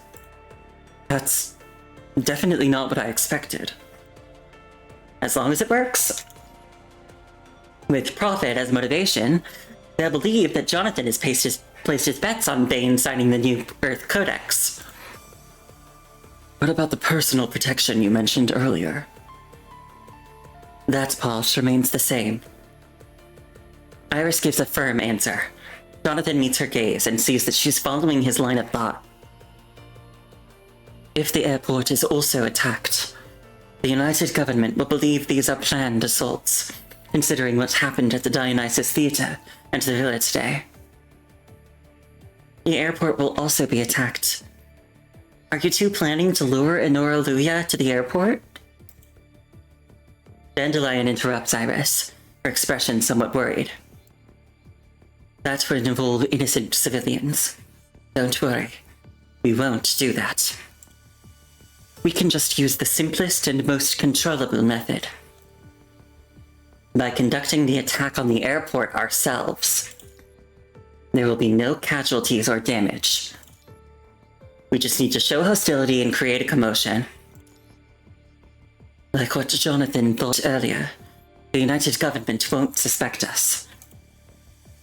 For instance, the truth could be that I work for the United Government, helping revise the articles of the New Earth Codex. A group of dissatisfied civilians has targeted me, most of them victims of the peace operation. They oppose the United Government and don't want to see the New Earth Codex implemented, so they planned the attack. After that, you can question the United Government's abilities. With your financial investments, they'll only see it as an overly anxious civilian looking for peace of mind. If you ask for a change of route and bodyguards then, they will agree to it. Wait a second, I don't quite get it. Dandelion wears a confused expression, clearly struggling with some details she can't figure out. If our goal is to escort Jonathan, then why ask for bodyguards in the first place? After multiple assaults, if he doesn't have bodyguards, the United Government will definitely send troops to escort Jonathan. You say in perfect unison with Iris again. Iris turns around and gives you a gentle smile. Oh, I see now. That sounds doable. You two are so in sync, I'm starting to wonder if you've met each other before. We have! You and your protectors quickly become familiar. You should be happy about this. You pull out a disc-shaped listening device from your waist pouch as you stand up. You pat Jonathan's shoulder playfully and slip the device into the collar behind his neck. As if I would ever have the courage to tap his shoulder playfully. If it were really me and I was around a man who I found attractive, I would keep my distance.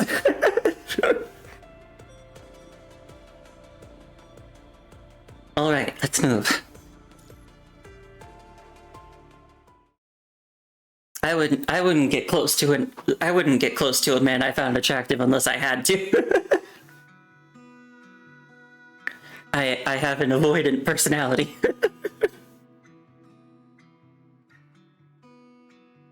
After discussing the operation, you split into pairs. Jonathan and Dandelion handle the finance, while Iris and you prepare the tools and scout the location.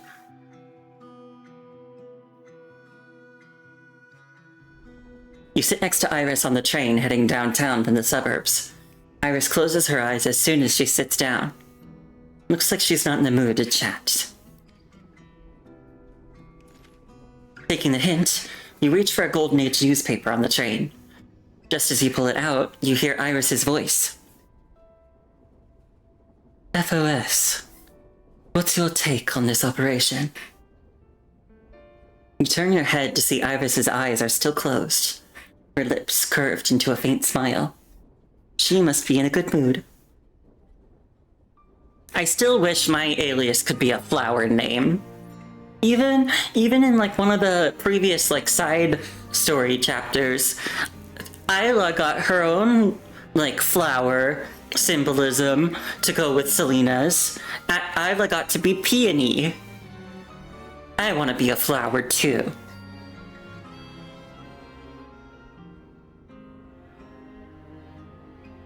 Anything is fine. I just want to chat.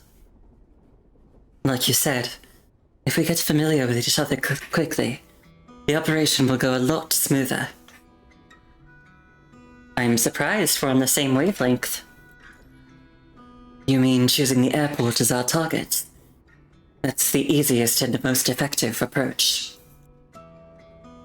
But that doesn't sound like an option you'd choose. Why? Iris opens her eyes, amused. She doesn't seem offended by your comment, so you start speaking your mind. I was concerned you'd pick a more complex approach. Like, use the intricate connections within the United Government. So you were surprised because I was very direct. You come across more as an artist than a warrior. Thank you for the compliment. I do enjoy writing scripts in my spare time. If my past self were writing this, I probably would have made the resolution process more complex, like you said. Until someone taught me a valuable lesson through their actions. Something enigmatic flashes in her eyes. Whoever Iris is referring to is clearly important to her. Before immersing in imagination and beauty, one should focus more on reality. Art transcends life, yet is born from it. Yes, the reality is rarely as complex as we imagine. While art requires refinement, it's often too extreme. I've learned so much from these missions. The world I once knew only on paper has revealed its true face to me. I never realized how many details need to be considered, how many unexpected events occur, or that goals can be reached through complex or simple means, as long as you're willing to put enough chips on the table. When I understood all of this, I realized the flaws of my past creative work. I came to truly appreciate conductors' struggles. Iris averts her gaze, lowering her eyelids. It's strange how candid Iris is being. She's sharing such personal thoughts with basically a stranger who happened to meet on a battlefield. Conductor? Yes. Someone very important to me. Her gaze lingers on you briefly before darting away.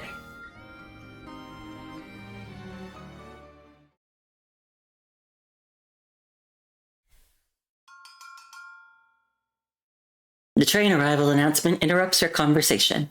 Iris stands up first. Come to think of it, you've never been to Fast City before, have you? In my time, the surface was nothing but ruins. Since becoming a mercenary, battlefields have been my only tourist destination.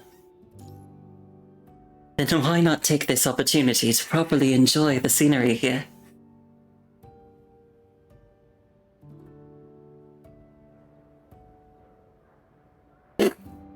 I guess it isn't exactly my first time in a Golden Age city, but I don't remember any of those at the moment.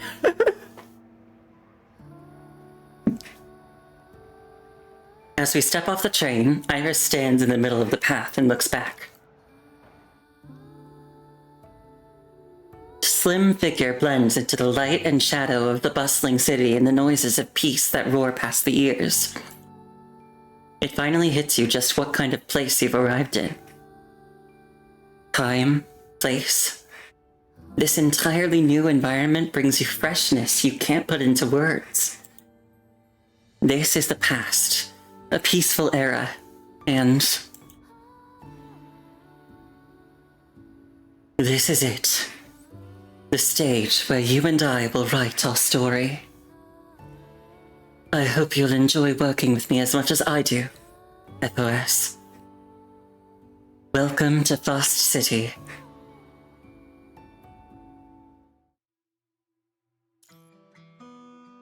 Partner, a downplayed operation.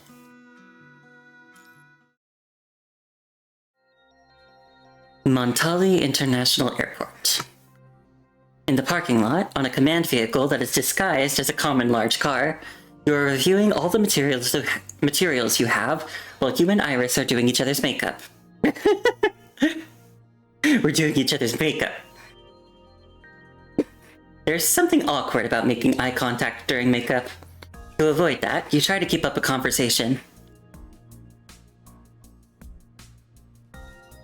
How does Jonathan's studio get their hands on a command vehicle like this? I wasn't the one who got this. It was Iris.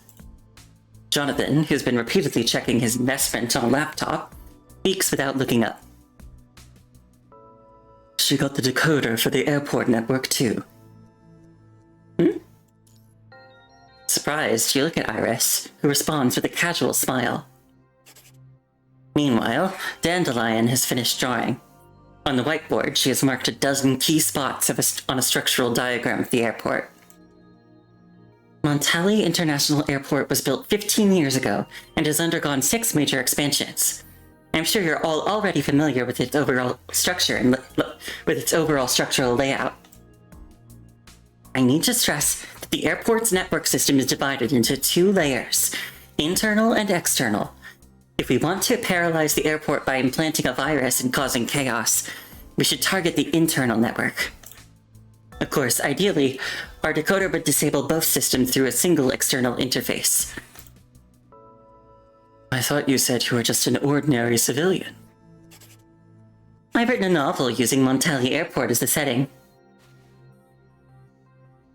Dandelion finishes with an elegant signature on the whiteboard, then turns to face Jonathan. Novelists are ordinary people, of course. Please continue. He looks disturbed. The operation is divided into several phases according to Iris and FOS's plan.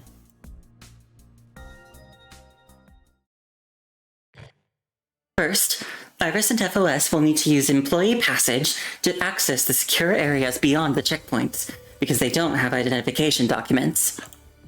Right here is the employee passage that leads directly to the airport waiting area. This path is usually... She nods to Iris and connects a decryption device to the door lock in front. Is that Selena's disguise? Is it her human self?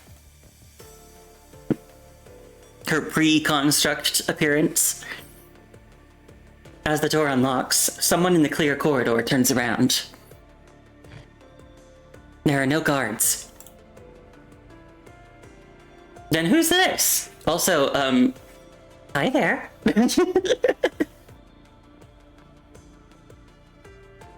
He also looks like he would protect me.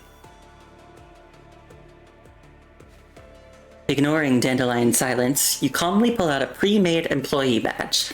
Quickly flash it, point toward Iris, and greet the guard. VIP. The guard nods silently and steps aside to clear the way. He also looks really tall and large. You walk forward slowly with Iris until you go around a corner.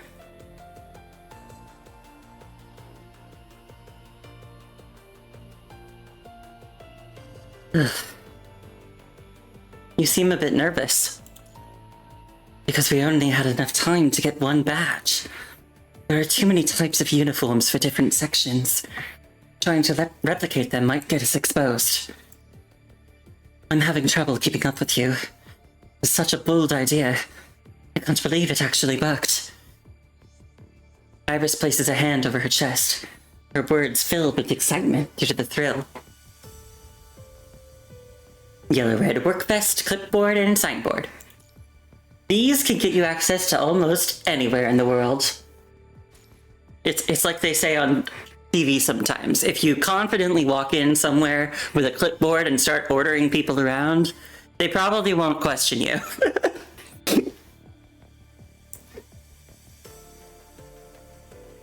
As you speak, you slide the clipboard into the signboard and fold them together, turning them into a briefcase. Then you flip your clothing inside out, revealing a suit. I thought infiltration was a required course for United Government employees.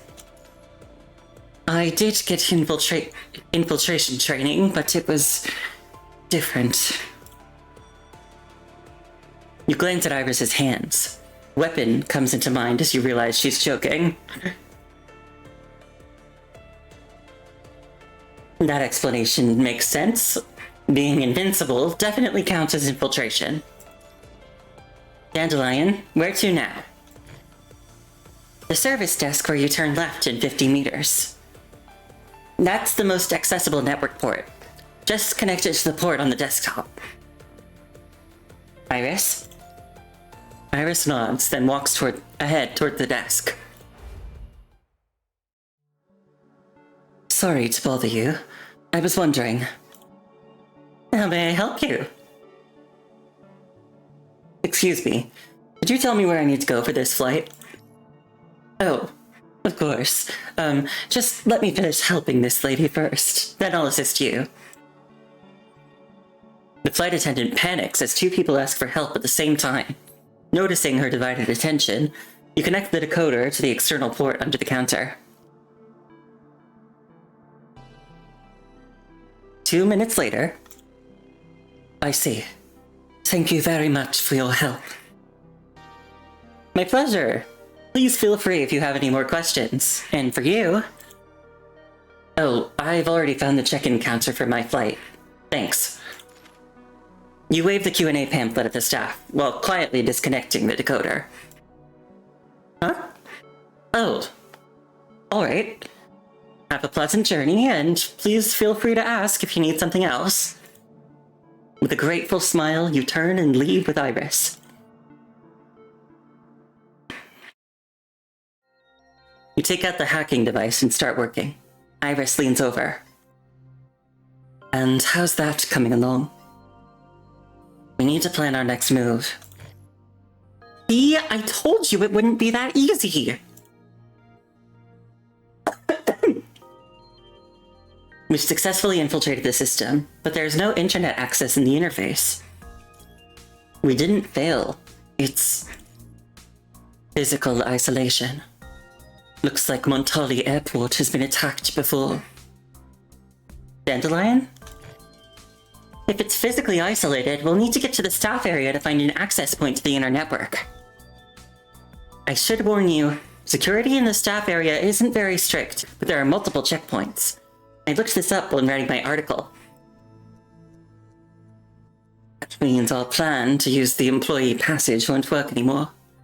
It's not as simple as getting by one guard. The risk is too high. Didn't she say she wrote a novel before? I'm wondering if that's a hint towards something, or just a translation error. Because I was thinking, if one person in this group was going to be a traitor, it would be Dandelion. Iris nods, then gives you an expectant look. You don't seem worried at all. Because I believe in you. I'm sure FOS can solve this problem. There's no time to dwell on what she means. You spot an employee approaching and gently tap your earpiece. Is the checked baggage storage area connected to the staff area? I mean the one after security screening. Let me see. Yes, they're connected. Are you... Excuse me, sorry to bother you. Without responding to Dandelion, you stop the employee passing by. My friend isn't feeling well, but her medication ran out. The rest is in our checked luggage. You take out a pill bottle from your briefcase and deliberately show it to the staff. We've already gone through security and she needs prescription medication. I'm sorry, but could you please help us? Iris chimes in at just the right moment. Oh. Okay. Please, follow me. Iris feigns discomfort while I act agitated. Your expressive attire adds to the story. With the staff leading the way, you bypass several guards who would otherwise have stopped you. After going around several corners, you arrive at the entrance to a restricted area. Just ahead is the checked baggage storage area. I'm afraid all passengers must stop here. Could you please show me your ticket? I will go in and look for your... You release the ether-soaked clock as Iris catches the unconscious employee and props him up to search for his badge. Oh my god, did I just chloroform this guy? Name, Shuji. Job title... While you memorize the person's information, Iris quickly surveys the inside. Everyone inside is wearing work or guard uniforms. I don't think I can go in with you. I'll go alone. Can you take care of him? Of course, but... FOS... You look up from the ID to find her holding tightly onto your hand. Stay safe. I'll be careful. Her serious expression seems odd. It isn't really a problem, even if we're exposed before stirring up a commotion. You strip off the employee's jacket, put it on, then change your briefcase back into its true form, a clipboard and a sign, and walk straight in. The rest of the mission goes without a hitch. With the right uniform and confidence, accessing a terminal connected to the airport's internal network is easy. With so many devices requiring network connectivity, airport security really depends more on data firewalls rather than physical barriers. You connect the decryption device and successfully implant the virus. Now, paralyzing their entire system is just one button away.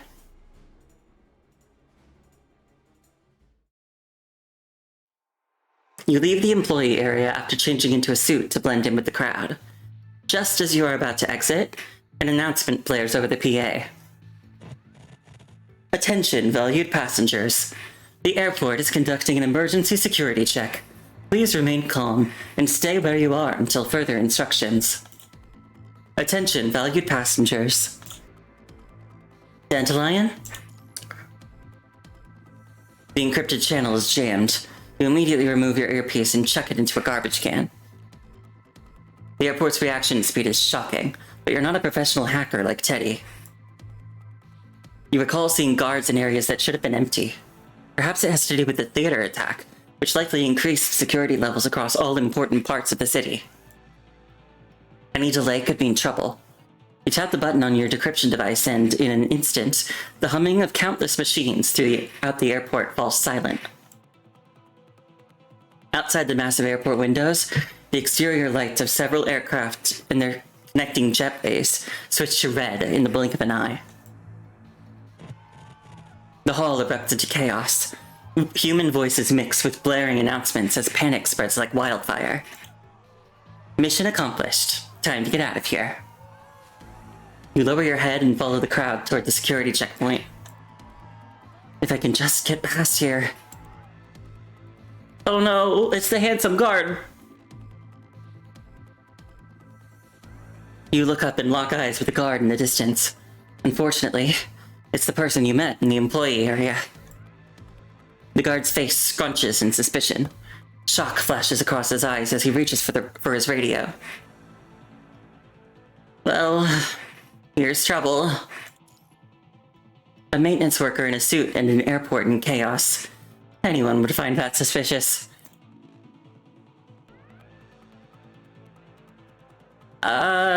Waiting and observing seems smarter. As you make up your mind, a loud noise erupts behind you. A man whose face you can't see knocks over everything and runs further into the building, instantly drawing everyone's attention. Almost all security personnel start rushing after the man. The guard is distracted for a moment, and his hand moves away from the radio, but he turns around again to move toward you. Continue with the plan. Unexpected events are happening faster than you can think. As your body remains tense, a familiar voice reaches you. Darling, I found you. Iris, now without her disguise, appears beside you out of nowhere. He is carrying a tall instrument case and speaks in a higher pitch than usual. My performance is about to begin. If we waste any more time, I'll be late. I was hoping we could have dinner together.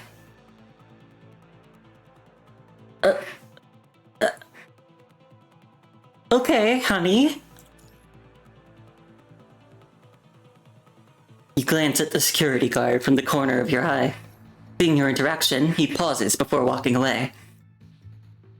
Thank you.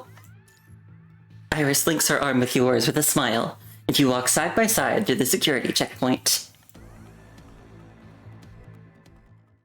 Oh, good save. You can't go back to the vehicle where Dandelion is. They already left.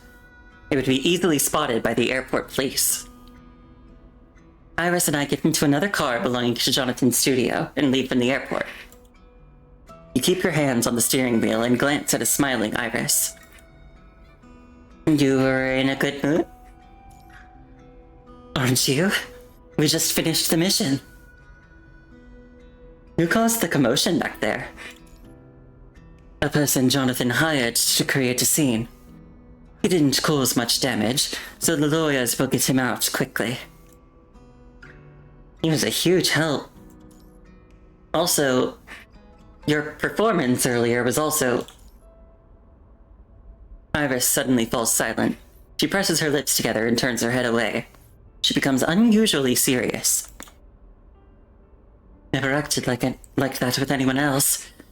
You're the first, and will be the only one. Iris's sudden change in tone catches you off guard.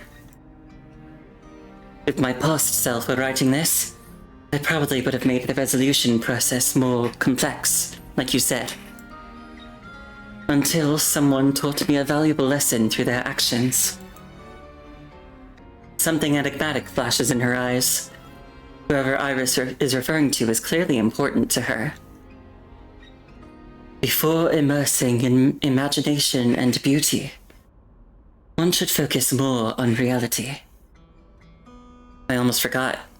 There's someone extremely important in Iris's life. Your comments were a bit insensitive. I'm sorry. It's just... words hover at the tip of your tongue, but you can't get them out. You don't know how to explain yourself. Iris, who has always been understanding since you first met, falls silent. Silence fills the car. Sorry. But before you can collect your scattered thoughts, the car passes an intersection, and Iris suddenly speaks. Go left. You turn the steering wheel, comparing her instruction with the route in your memory. Aren't we going back? We have something else to do. Iris speaks in her usual gentle tone. You feel relieved and turn to look at her at a red light, only to see she's been staring at you this whole time. What's wrong? You promised me something at the airport, didn't you? Let's have dinner together. Iris looks away, a flush of red creeping up her neck. One final word floats quietly on her lips, heard only by herself. Darling.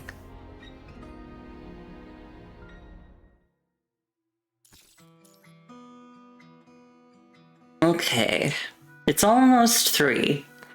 And we're about to hit the halfway point. So I think I'll do this last section, and then I'll end it for tonight. And hopefully I can resume tomorrow night. Although I don't know, because I do have to be up early in the morning on Friday, but the doctor's appointment that I'm going to shouldn't be like super long. So hopefully I'll be able to just kind of pop in, pop out, and then come back to bed. But yeah, anyway, I'll do this last section and then call it for the night, and I can finish the rest of the chapter later. Reasoning. From the result back to the cause. Oh! Commandant!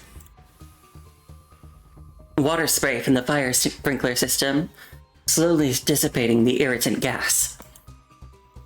There are absolutely no relevant records in the conservation area or Babylonia, as if this guy appeared out of the blue.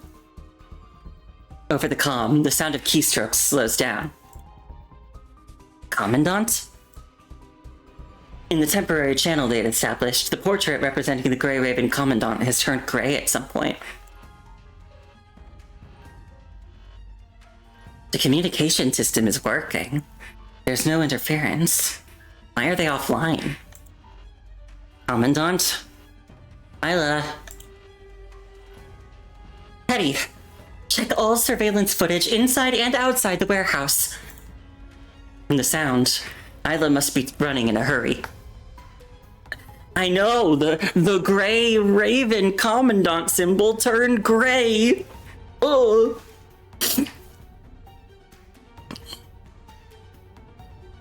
What's going on?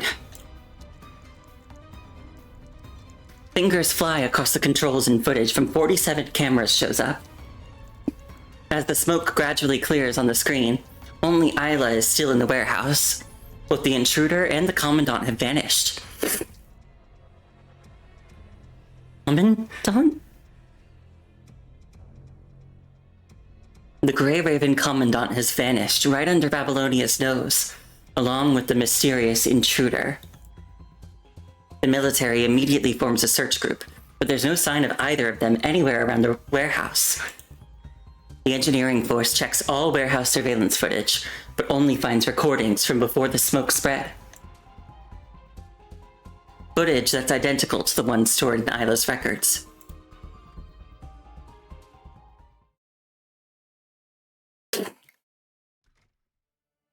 Explain. A ripple forms in the still coffee cup as Ishmael furrows her brow, flipping through the report Teddy gave her. The frame Ishmael asked to destroy looks exactly like the construct in Isla's artwork. It triggered mental distress in Luke. Now Luke went missing with a mysterious invader in a warehouse in Conservation Area 221, the warehouse that holds this frame. I need a logical explanation. I just realized it's like all the pink-haired girls are getting together.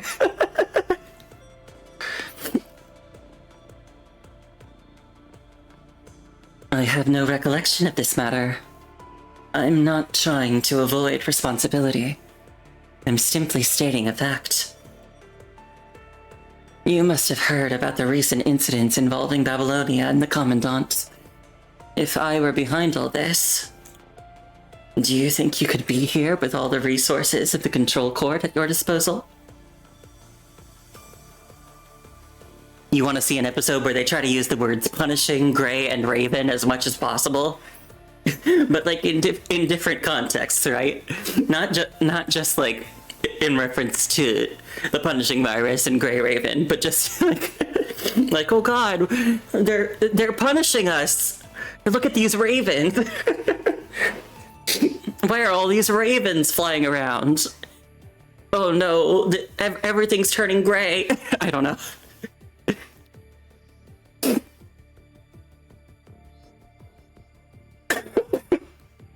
Ooh.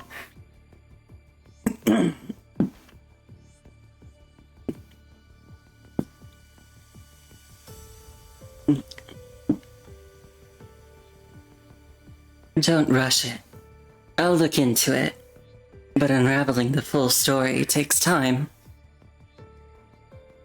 Teddy furrows her brows after examining the Control's Court construct before her and realizing she isn't lying. The good news is that Babylonia doesn't have a mole. The bad news is that Ishmael actually knows nothing about this. It's another dead end. A notification chime sounds. Isla is on the other end. The task force has inspected most areas in the warehouse and found no issues. We're heading to the last few gates. So, any updates on your end? Wind scrapes across the terminal, creating a harsh grating sound. The lead's gone cold. I'll keep going through the rest of the surveillance footage at Engineering Force. Has the Science Council found the origin of that odd device in the warehouse? The one they just found? They're on it. Asimov has asked for experts from Science Council Sections 1 and 2 to disassemble the device. It's codenamed White Noise for now. White noise? Asimov notices a strange noise in the surveillance footage right before the smoke dissipated. My combat records picked up the same frequency. This can't be a coincidence. Got it. I'll go get a sample of that white noise frequency from Asimov right now. Okay. We're at another entry point. I'll contact you immediately if we find anything. Isla quickly ends the call. The noise, sound waves. Hetty compares the surveillance records before and after the invader appeared, uploads the clips to the terminal, and hurries to the Science Council. Ishmael sets down her cup and watches the ripples in her coffee distorted by the sound of the closing door. Ring upon ring, like cages, the ripples trap the foam inside.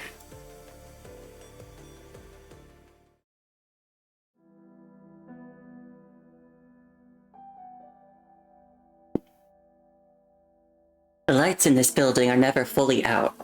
Researchers in white coats are always coming and going all day long. I copied that noise frequency you asked for to your terminal. Those old folks from Science Council Section 2 have been called in as well. You think this has to do with outer space? I'm not sure. I'll have to broaden the scope of the investigation. He stares at the middle of the table, at the device codenamed White Noise that was urgently transported to Babylonia. Section 1 has already used every method imaginable to disassemble and decode this device.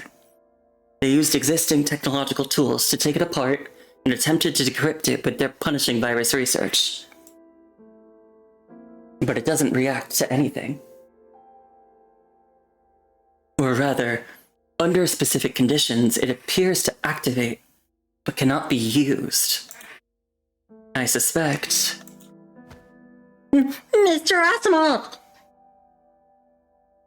It's baby Rosa again. She's not adult Rosa anymore. Rosa comes stumbling over, arms wrapped around a stack of yellowed documents taller than herself.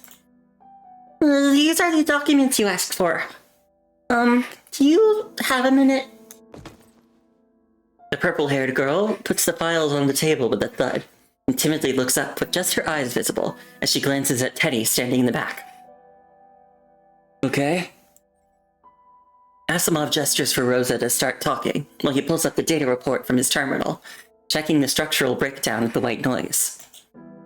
As per Mr. Asimov's instructions, I retrieved some of the research directions stored by the Science Council from the Golden Age. Many of them are just papers, theories that only exist on paper, without any actual research results. From there, I filtered out 8,791 research papers related to sound waves. Based on the application of the white noise, I then narrowed it down. They're all published by the same institution. Experimental Principles of Sound Field Localization using Focused Sound Signals, Hypothetical Effects of Giant Cavitation Bubble Instantaneous Pressure on Sound Fields, and this one. Research on Localization Principles of Special Echo Signals based on Spatial Signal Frequencies. But everything is just theory, and the current Science Council hasn't restarted any of these projects. Asimov's expression gradually darkens as he compares the main diagrams in the papers. Go get the Abbas project team's files. Tenebrian?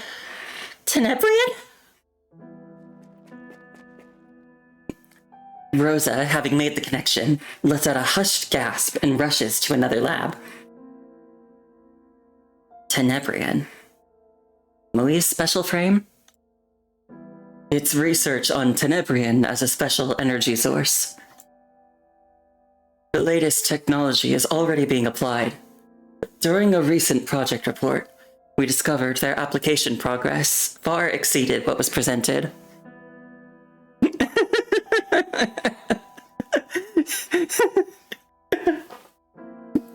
Oh! What?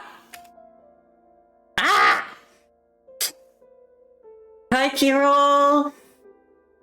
Thank you for the raid. Hi, how are you? I know you were streaming Shadow Hearts earlier. Did you have fun? Also, I don't know, how's it going? God, I'm still so awkward at this. Hi. Thank you for the raid.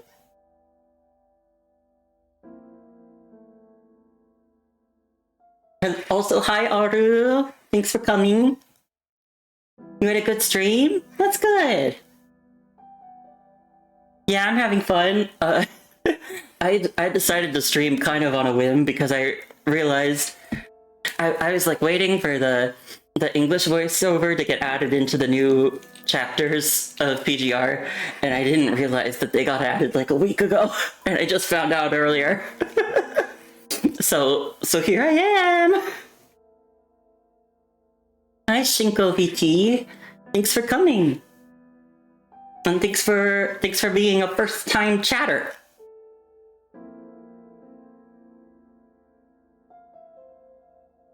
Yeah, I'm going through the new story chapters. There's time travel shenanigans happening. I'd be lying if I said I understood everything.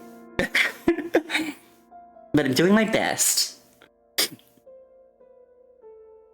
Well, thanks again for the raid. It means a lot that you entrust your community to me.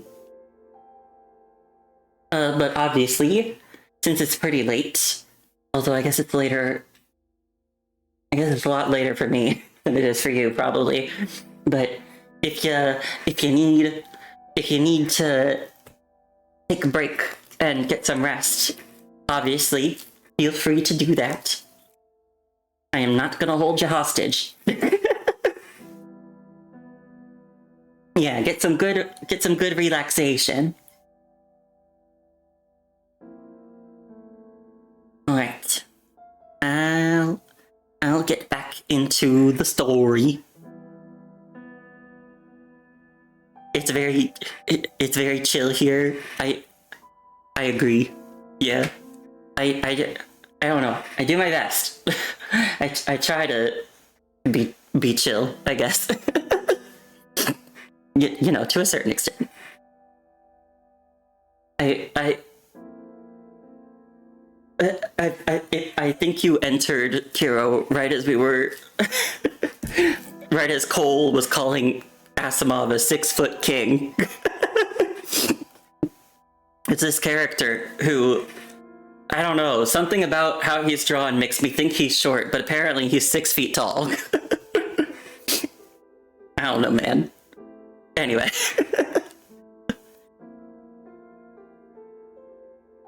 Yeah, so I've been going through the new story chapters and doing a lot of the voices myself. Because although parts of the story are voiced, it's mostly like the gameplay segments. So most of the like these kind of like visual novel scenes are unvoiced. So I've been doing all that by myself. Hopefully my attempt at doing voices for these characters is, like, passable. I've taken a couple voice acting classes recently, and I think I did okay. I'm still very nervous, though.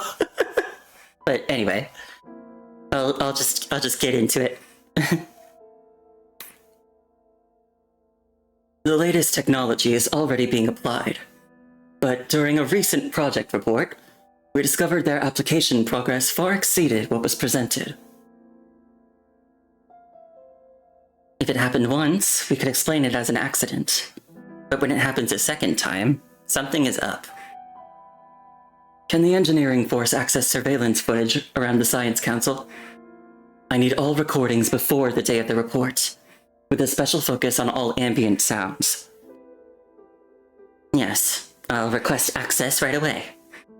How far back do you need? At least 3 years. I like that expression. She looks so peeved. I think Teddy's just a fun character. Before she can express her confusion, there's a knock at the door. Forget it. Oh, hi again. She stretches slowly, walks by Ishmael, who's entering the room, and finds a corner to sit and starts working. The Science Council doesn't have time to comply with inspections from the prosecutor's office at the moment. Asimov remains focused on the stack of documents, refusing to even acknowledge Ishmael's presence. I'm not here to represent the prosecutor's office. Her gaze shifts to the white noise placed in the middle of the table, waiting to be examined. That device is classified as a special item. The report has reached the president, so it doesn't require any approval. I apologize. You may not like me because of my identity, but I really am not here on behalf of the prosecutor's office. My frame can collect and reconstruct advanced data, so the military has asked me to help restore this device. Ishmael pulls out the statement signed by Nicola. Please. After receiving permission, Ishmael stands by the table, carefully examining the device named White Noise.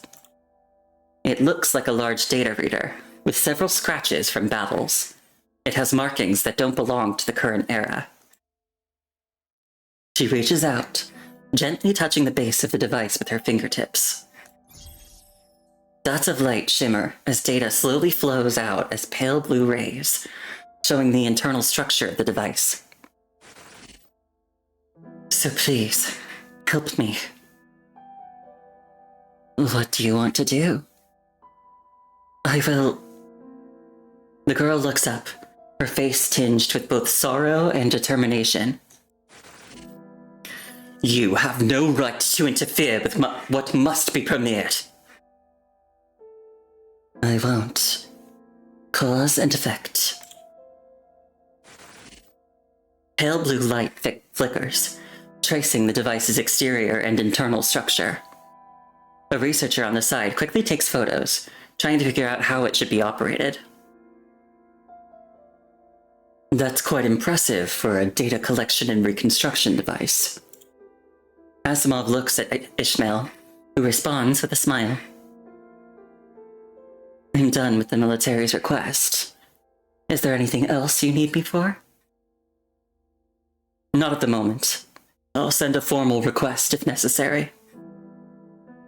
Then I'll take my leave. After the researchers finish documenting, Ishmael gestures politely before leaving the lab. Positioning device. Asimov's mind races as he studies the terminal's projection of the device's core components that Ishmael disassembled. If Ishmael's analysis is right, and white noise is indeed a positioning device, then what he didn't say was the only condition to activate this device is to play that specific noise on the surveillance footage at a precise frequency while the device is powered. But if everything is normal, then why can't white noise activate again? Did this device actually teleport the Grey Raven Commandant to another location? The task force has searched every inch of the conservation area, but where is the Commandant? Teleportation was never achieved, even during the Golden Age, so where did this device come from? In other words, does this device locate only a geographic goal position? I can't talk. Does this device locate only a geographical position? They're onto something. Where's Commandant? Well, we know, obviously. Okay, I said I was gonna stop there, but the raiders just got here. I don't want to finish so soon, so I'm gonna do one more. Just one more. One more section. Leaving for the new world. All the beautiful things have just come into blossom. All the romantic stories still have time to unfold gradually. One more. I just don't want to end so soon after the raid. A screen on a window of a department store by the street rolls through the recent news. National News Agency. According to the Fast International News report on the 12th, Fast City Police stopped an earlier attack at the Montalia International Airport. The criminals were caught after the first wave of attacks on the airport's network system. They were apprehended at the scene, and airport operations were back to normal in just 2 hours. For more details, we turn to our special guest today, Mr. Entu, Commissioner from the United Government. This was an act of opposition against the New Earth Codex, without a doubt, but it crossed the line, just like the earlier attack at the Dionysus Theater. I feel bad for these alleged rebels who are protesting the Codex, because they're getting blamed for a lot of stuff that we're kind of responsible for. Dandelion leaves the store carrying boxes of supplies. She rolls her eyes when she hears the news and almost stumbles when Jonathan bumps into her from behind. Hey, be careful. You're too close! Dandelion puts down the boxes and crosses her arms in frustration as the news continues to loop in the background. Apprehended at the scene. They didn't follow up at all. FOS said the virus only ran for 10 minutes before self-destructing. Keep your voice down. We're in public. The news can give all the details to the public anyway. We don't even know what happened, but whatever it was, it's over. Jonathan looks around cautiously, making sure no one is paying attention to them before whispering. Whatever. It's fine as long as FOS's plan worked. This morning, the United Government already started assessing security requirements for employees like us. After I sent in all your names, they gave us permission to change routes and request escort personnel. Oh, right. What happened to that guy who helped FOS by creating a distraction at the airport? He has proof for an acute stress disorder episode. The airport even had to compensate him. It won't affect his life. I can't believe it actually worked. I'm impressed. It's nothing. The one who really made it work is someone else. Jonathan stares straight ahead. Across the street, FOS and Iris lean against an SUV, taking inventory of their supplies. FOS is indeed incredible. Are you feeling jealous? Who doesn't want to be a hero? That's true. FOS was absolutely phenomenal during the airport operation. I didn't see it in person, but I bet it was just like something from a spy movie.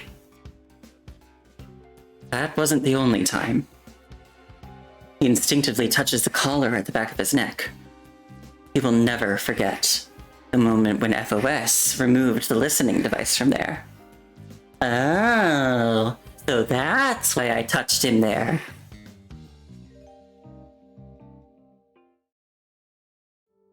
Before the airport operation.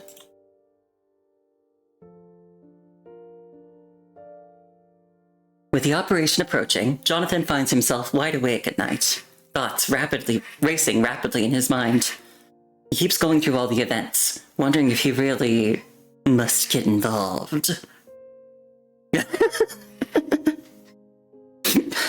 Touched him on the back of his neck, Ash Frost.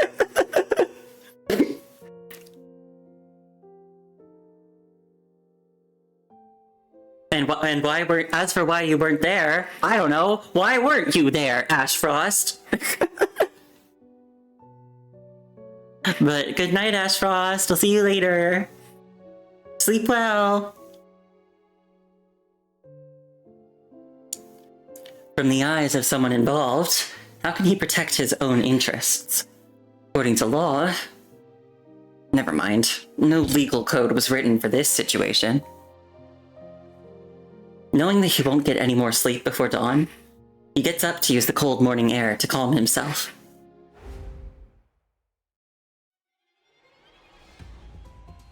He sorts through his jumbled thoughts as he walks against the morning breeze and accidentally wanders beyond the safety perimeter set by Iris. When a group of monsters just like the ones in the theater appears, Jonathan realizes that Luya will never let him off so easily. Help! Somebody help me! He strayed too far from the villa. At this distance, no one can hear his cries for help. Am I going to die here? As the monsters close in on him slowly, Jonathan's face shows nothing but despair. Move! Sharp gunshots ring out from the far end, drawing the monster's attention.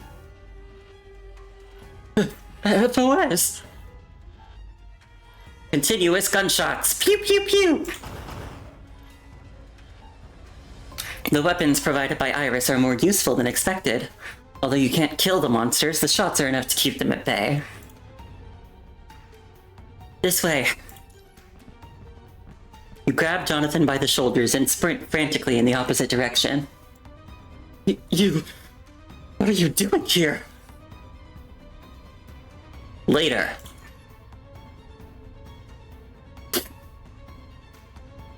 They kinda look like that one character. What do you mean, Cole? If you mean, the monsters look like Enora Luya, I'm pretty sure they're just using her same silhouette. I think they're supposed to be duplicates of her or something. Also, it's funny to me how I said earlier, he seems like he could protect me. Now I'm protecting him. Maybe I was the protector all along.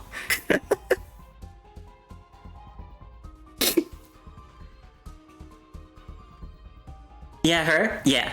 I'm pretty sure those are using her same silhouette. The guns can only scare the monsters, not kill them. You must stay alive until Iris notices that you and Jonathan are missing.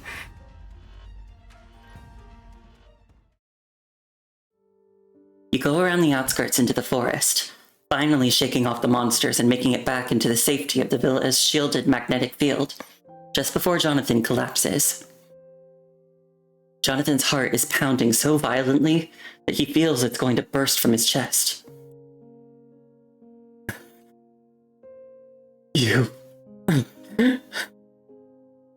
Why were you... there so early? Was everything FOS said during the meeting just empty promises? Was FOS, after knowing the full picture, also planning to escape?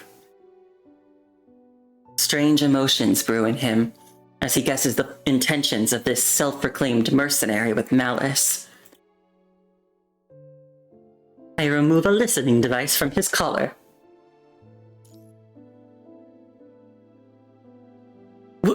When did you put that there? Yesterday? Impossible. We only met once yesterday. You're right. Why would you do that? Because I don't actually trust any of you. In an unfamiliar situation, it's best to do whatever it takes to maintain control. This is one of FOS's core teachings. Then why did you...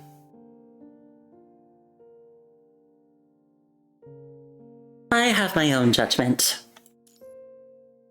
The only information you needed was whether your partners had ill intentions. You casually crushed the listening device and took it into your pouch. You're not a mercenary. It won't make any difference to this operation. Then why get involved in this at all?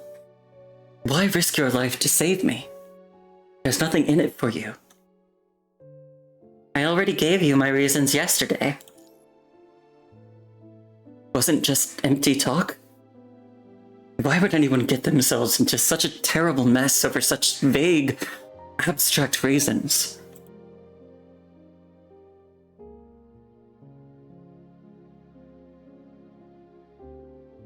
And I do have some connection to this incident. You can hide from trouble for a while, but not forever. Once you know about something, and you happen to have the power to help, you ought to do something. The currents of history rush everything along.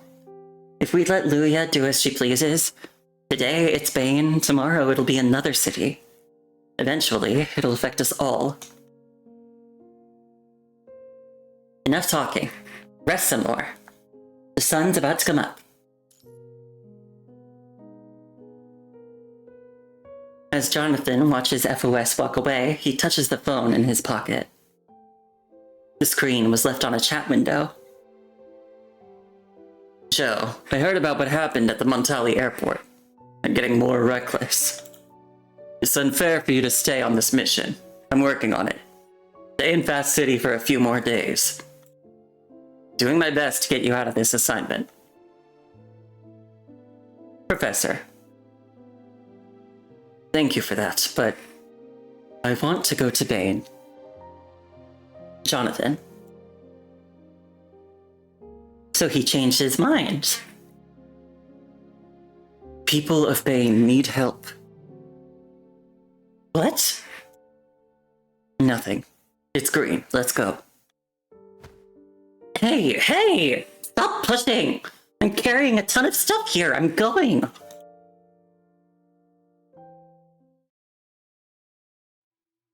After Jonathan and Dandelion cross the street and finish loading supplies into the off-road vehicle, they overhear the other two discussing the operation. It's a 4-day journey from Vost to Jotun, the border city of Bane, and a 4.5-day journey to the capital if you take this route. What's our shift? Can Jonathan and Dandelion drive? I can handle it. You're going to drive for 4.5 days by yourself? Alfta, she doesn't seem like someone who'd choose the fastest and most effective way. We have now added, she probably doesn't know how to drive.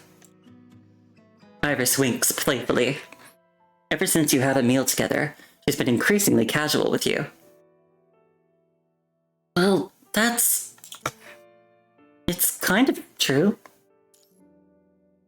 I'm the construct. Operating continuously for days isn't a problem when it's just driving. Plus, we'll be taking breaks. If we're just driving, why don't you stay on guard instead? Sure. Let me check if we've got all our personal items. If not, you slide into the passenger seat, cast one last glance at the city, and buckle your seatbelt. Does that make me a passenger princess? Let's go. The main stretch of the route to Bane cuts through the highlands with lush vegetation. It's the rainy season, and a gentle drizzle persists. Ooh, this reminds me of when I went to Ireland. I've been to Ireland once, and we went through this place called the Gap of Dunlow. It's really pretty. There's like a lot of really pretty mountains. And this kind of reminds me of that. I think it also rained a bit that day too. Yeah, it did. On the way, you meet a traveler going in the opposite direction, stranded with a flat tire. Yeah, I did go to Ireland. Almost 10 years ago at this point. It was because, my sister was traveling abroad. Or studying abroad. My sister was studying abroad. She was also traveling abroad, but the studying part is what's more important. She was studying abroad, and one of her friends was also studying abroad. So my family and her friend's family, we all went to Ireland at the end of it, like, in order to pick them up, and then just stayed there for a week.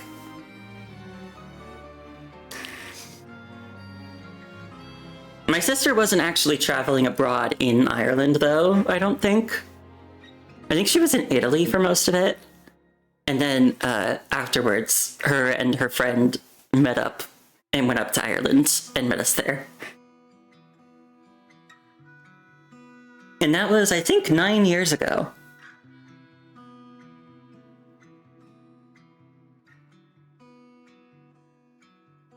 And yeah, it was really pretty. I liked I spent a lot of the first half of the trip just like looking out the window while we were driving places, because it was so pretty out there. And I was just listening to music and looking out the window. And I was having a pretty good time just doing that. Because it was pretty. And I like seeing pretty stuff. It's funny because my family thought I was miserable because I was being all quiet and looking out the window and listening to music. But I was doing great. I was fine. I'm an introvert in a family of mostly extroverts. There's some communication errors sometimes. Anyway, on the way, you meet a traveler going in the opposite direction, stranded with a flat tire. You offer to help, and the traveler tells you about the road ahead. He even marks a few notable points on your map and gives you a pack of energy candies. Yeah, that's just how we introverts roll. Puts on sunglasses.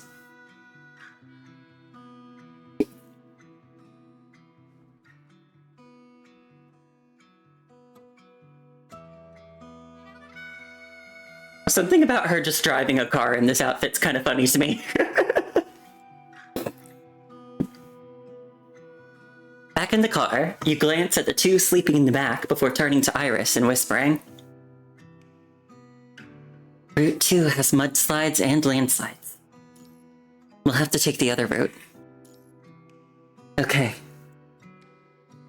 Route 4 doesn't have any supply points, but there is an abandoned service area. The guy earlier marked it on our map. Okay. Want some candy? Alright. But I need to keep my hands on the wheel. Iris keeps her eyes fixed on the road ahead without moving, as if nothing had happened.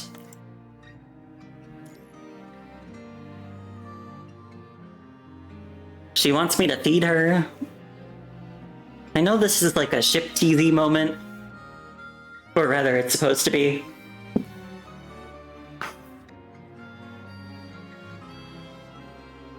Yeah, I'm gonna pretend not to understand. Just as you're about to move to the next topic, Iris speaks again. I'd like some candy, but I'm driving. Okay, she's not gonna let it go. You hold the candy to Iris's lips. Thank you. Her lowered voice, muffled by the candy, sounds lazy, like the rain outside. Dandelion mumbles something from the back seat and shifts her body. Both you and Iris reach for the speaker volume control at the same time. Your fingertips touch, eyes meet, and you laugh. The upbeat music stops, leaving only the sound of heavy rain. I thought your hands were full. They were full earlier. Her serious tone carries hints of a chuckle she can't quite hide. Do you want to take a nap? I promise to help keep watch. Then let's chat for a while. Sure, like what? Like your interests, the kind of music you like, or what you enjoy doing. I'd like to ask you those questions too. You don't have the answers. Do you not know yourself well? No, I want you to answer these questions. Sure, I'll tell you. However many times you want. What did you just say? Nothing. I got candy stuck in my teeth. Your casual conversation flows into the curtain of rain, falling among the highland trees as the vehicle rolls forward. Man, now I want like a sweet candy. Like a Starburst or something. I don't know if we have any.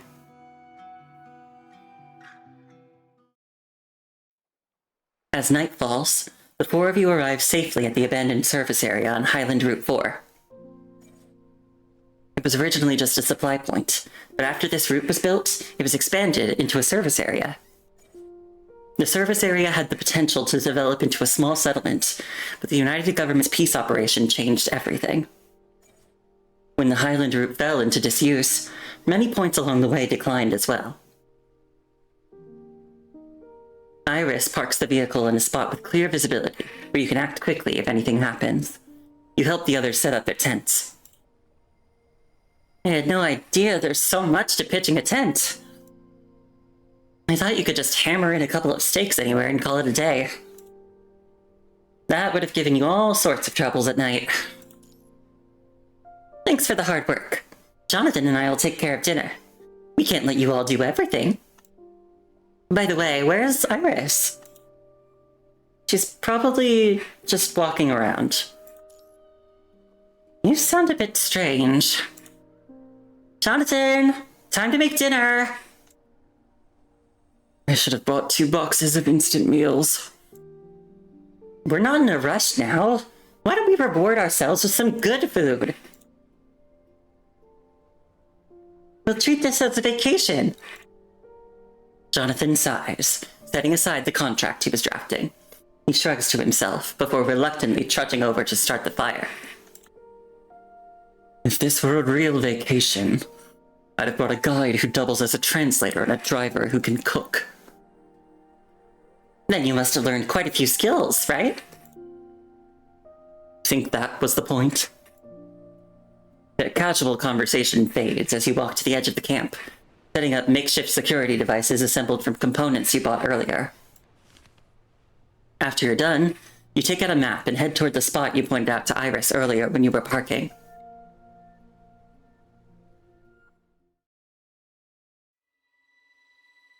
You go around some abandoned buildings and past a few rows of trees before your view suddenly opens. Before you is a massive, rusty platform surrounded by moss-covered items. An old, weathered piano stands silently to one side. Iris stands by the piano, her fingertips gently tracing the keys. She gazes at the tilted steel frames behind the platform that were probably supports for stage backdrops. You pause in front of the platform and speak from a distance. The person on the road today said, when Route 4 was first established years ago, they held celebrations in the service area. That's why you chose this route. The main reason was the landslide on Route 2. Iris turns around and looks at you with pressed lips. Can you give me a different reason? Because you probably haven't taken a break for a long time. If you'd rather not, we can also... FOS. Iris interrupts you. Yeah.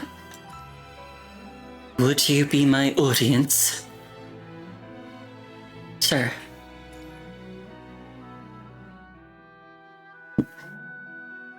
You find an abandoned chair among the objects nearby. She carefully wipes it and sits down with proper posture.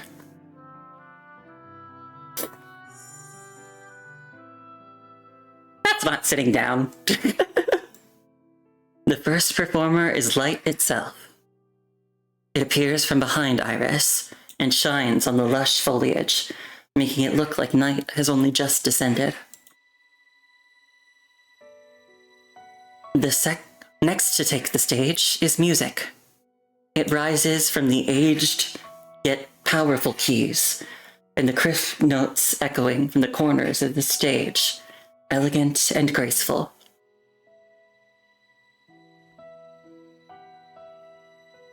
Then, with flowing garments and dancing fingers, she moves like an iris flower swaying in the evening breeze, exquisite and soft.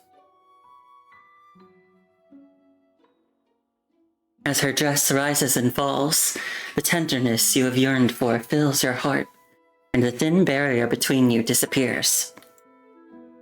Your troubled thoughts vanish, and Iris's silhouette seems to be moving in slow motion. This might be more than just a mission. It may be a pleasant journey to be savored. All the beautiful things have just come into blossom. All the romantic stories still have time to unfold gradually.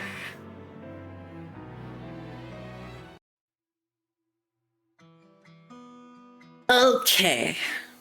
I think with that, we'll finish up for the night. We've got 8 more sections to complete, and maybe we can do them all tomorrow night. I do, of course, like I mentioned earlier, have a doctor's appointment Friday morning, but I don't think that'll cause problems for me streaming tomorrow. Anyway, thank you so much for coming. Thank you again to Kiro for the raid. Thanks for everybody in Kiro's stream for coming along. It always means a lot to me. No, thank you so much, Cole. Yeah, it means a lot to me. It means just to have people to share the things I enjoy with. But yeah, thank you all once again for coming along. And I hope you all have a wonderful rest of your week. Let's see. Looks like Nebokeru, or JP's, streaming some more art drawing. So let's go say hi. Alright.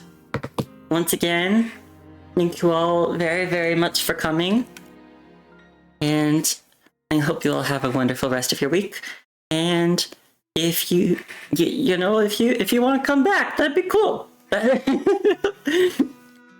Feel free to come again when I stream again tomorrow night, if you want to. But yeah, I'll see you later. Bye bye, everybody. Thank you.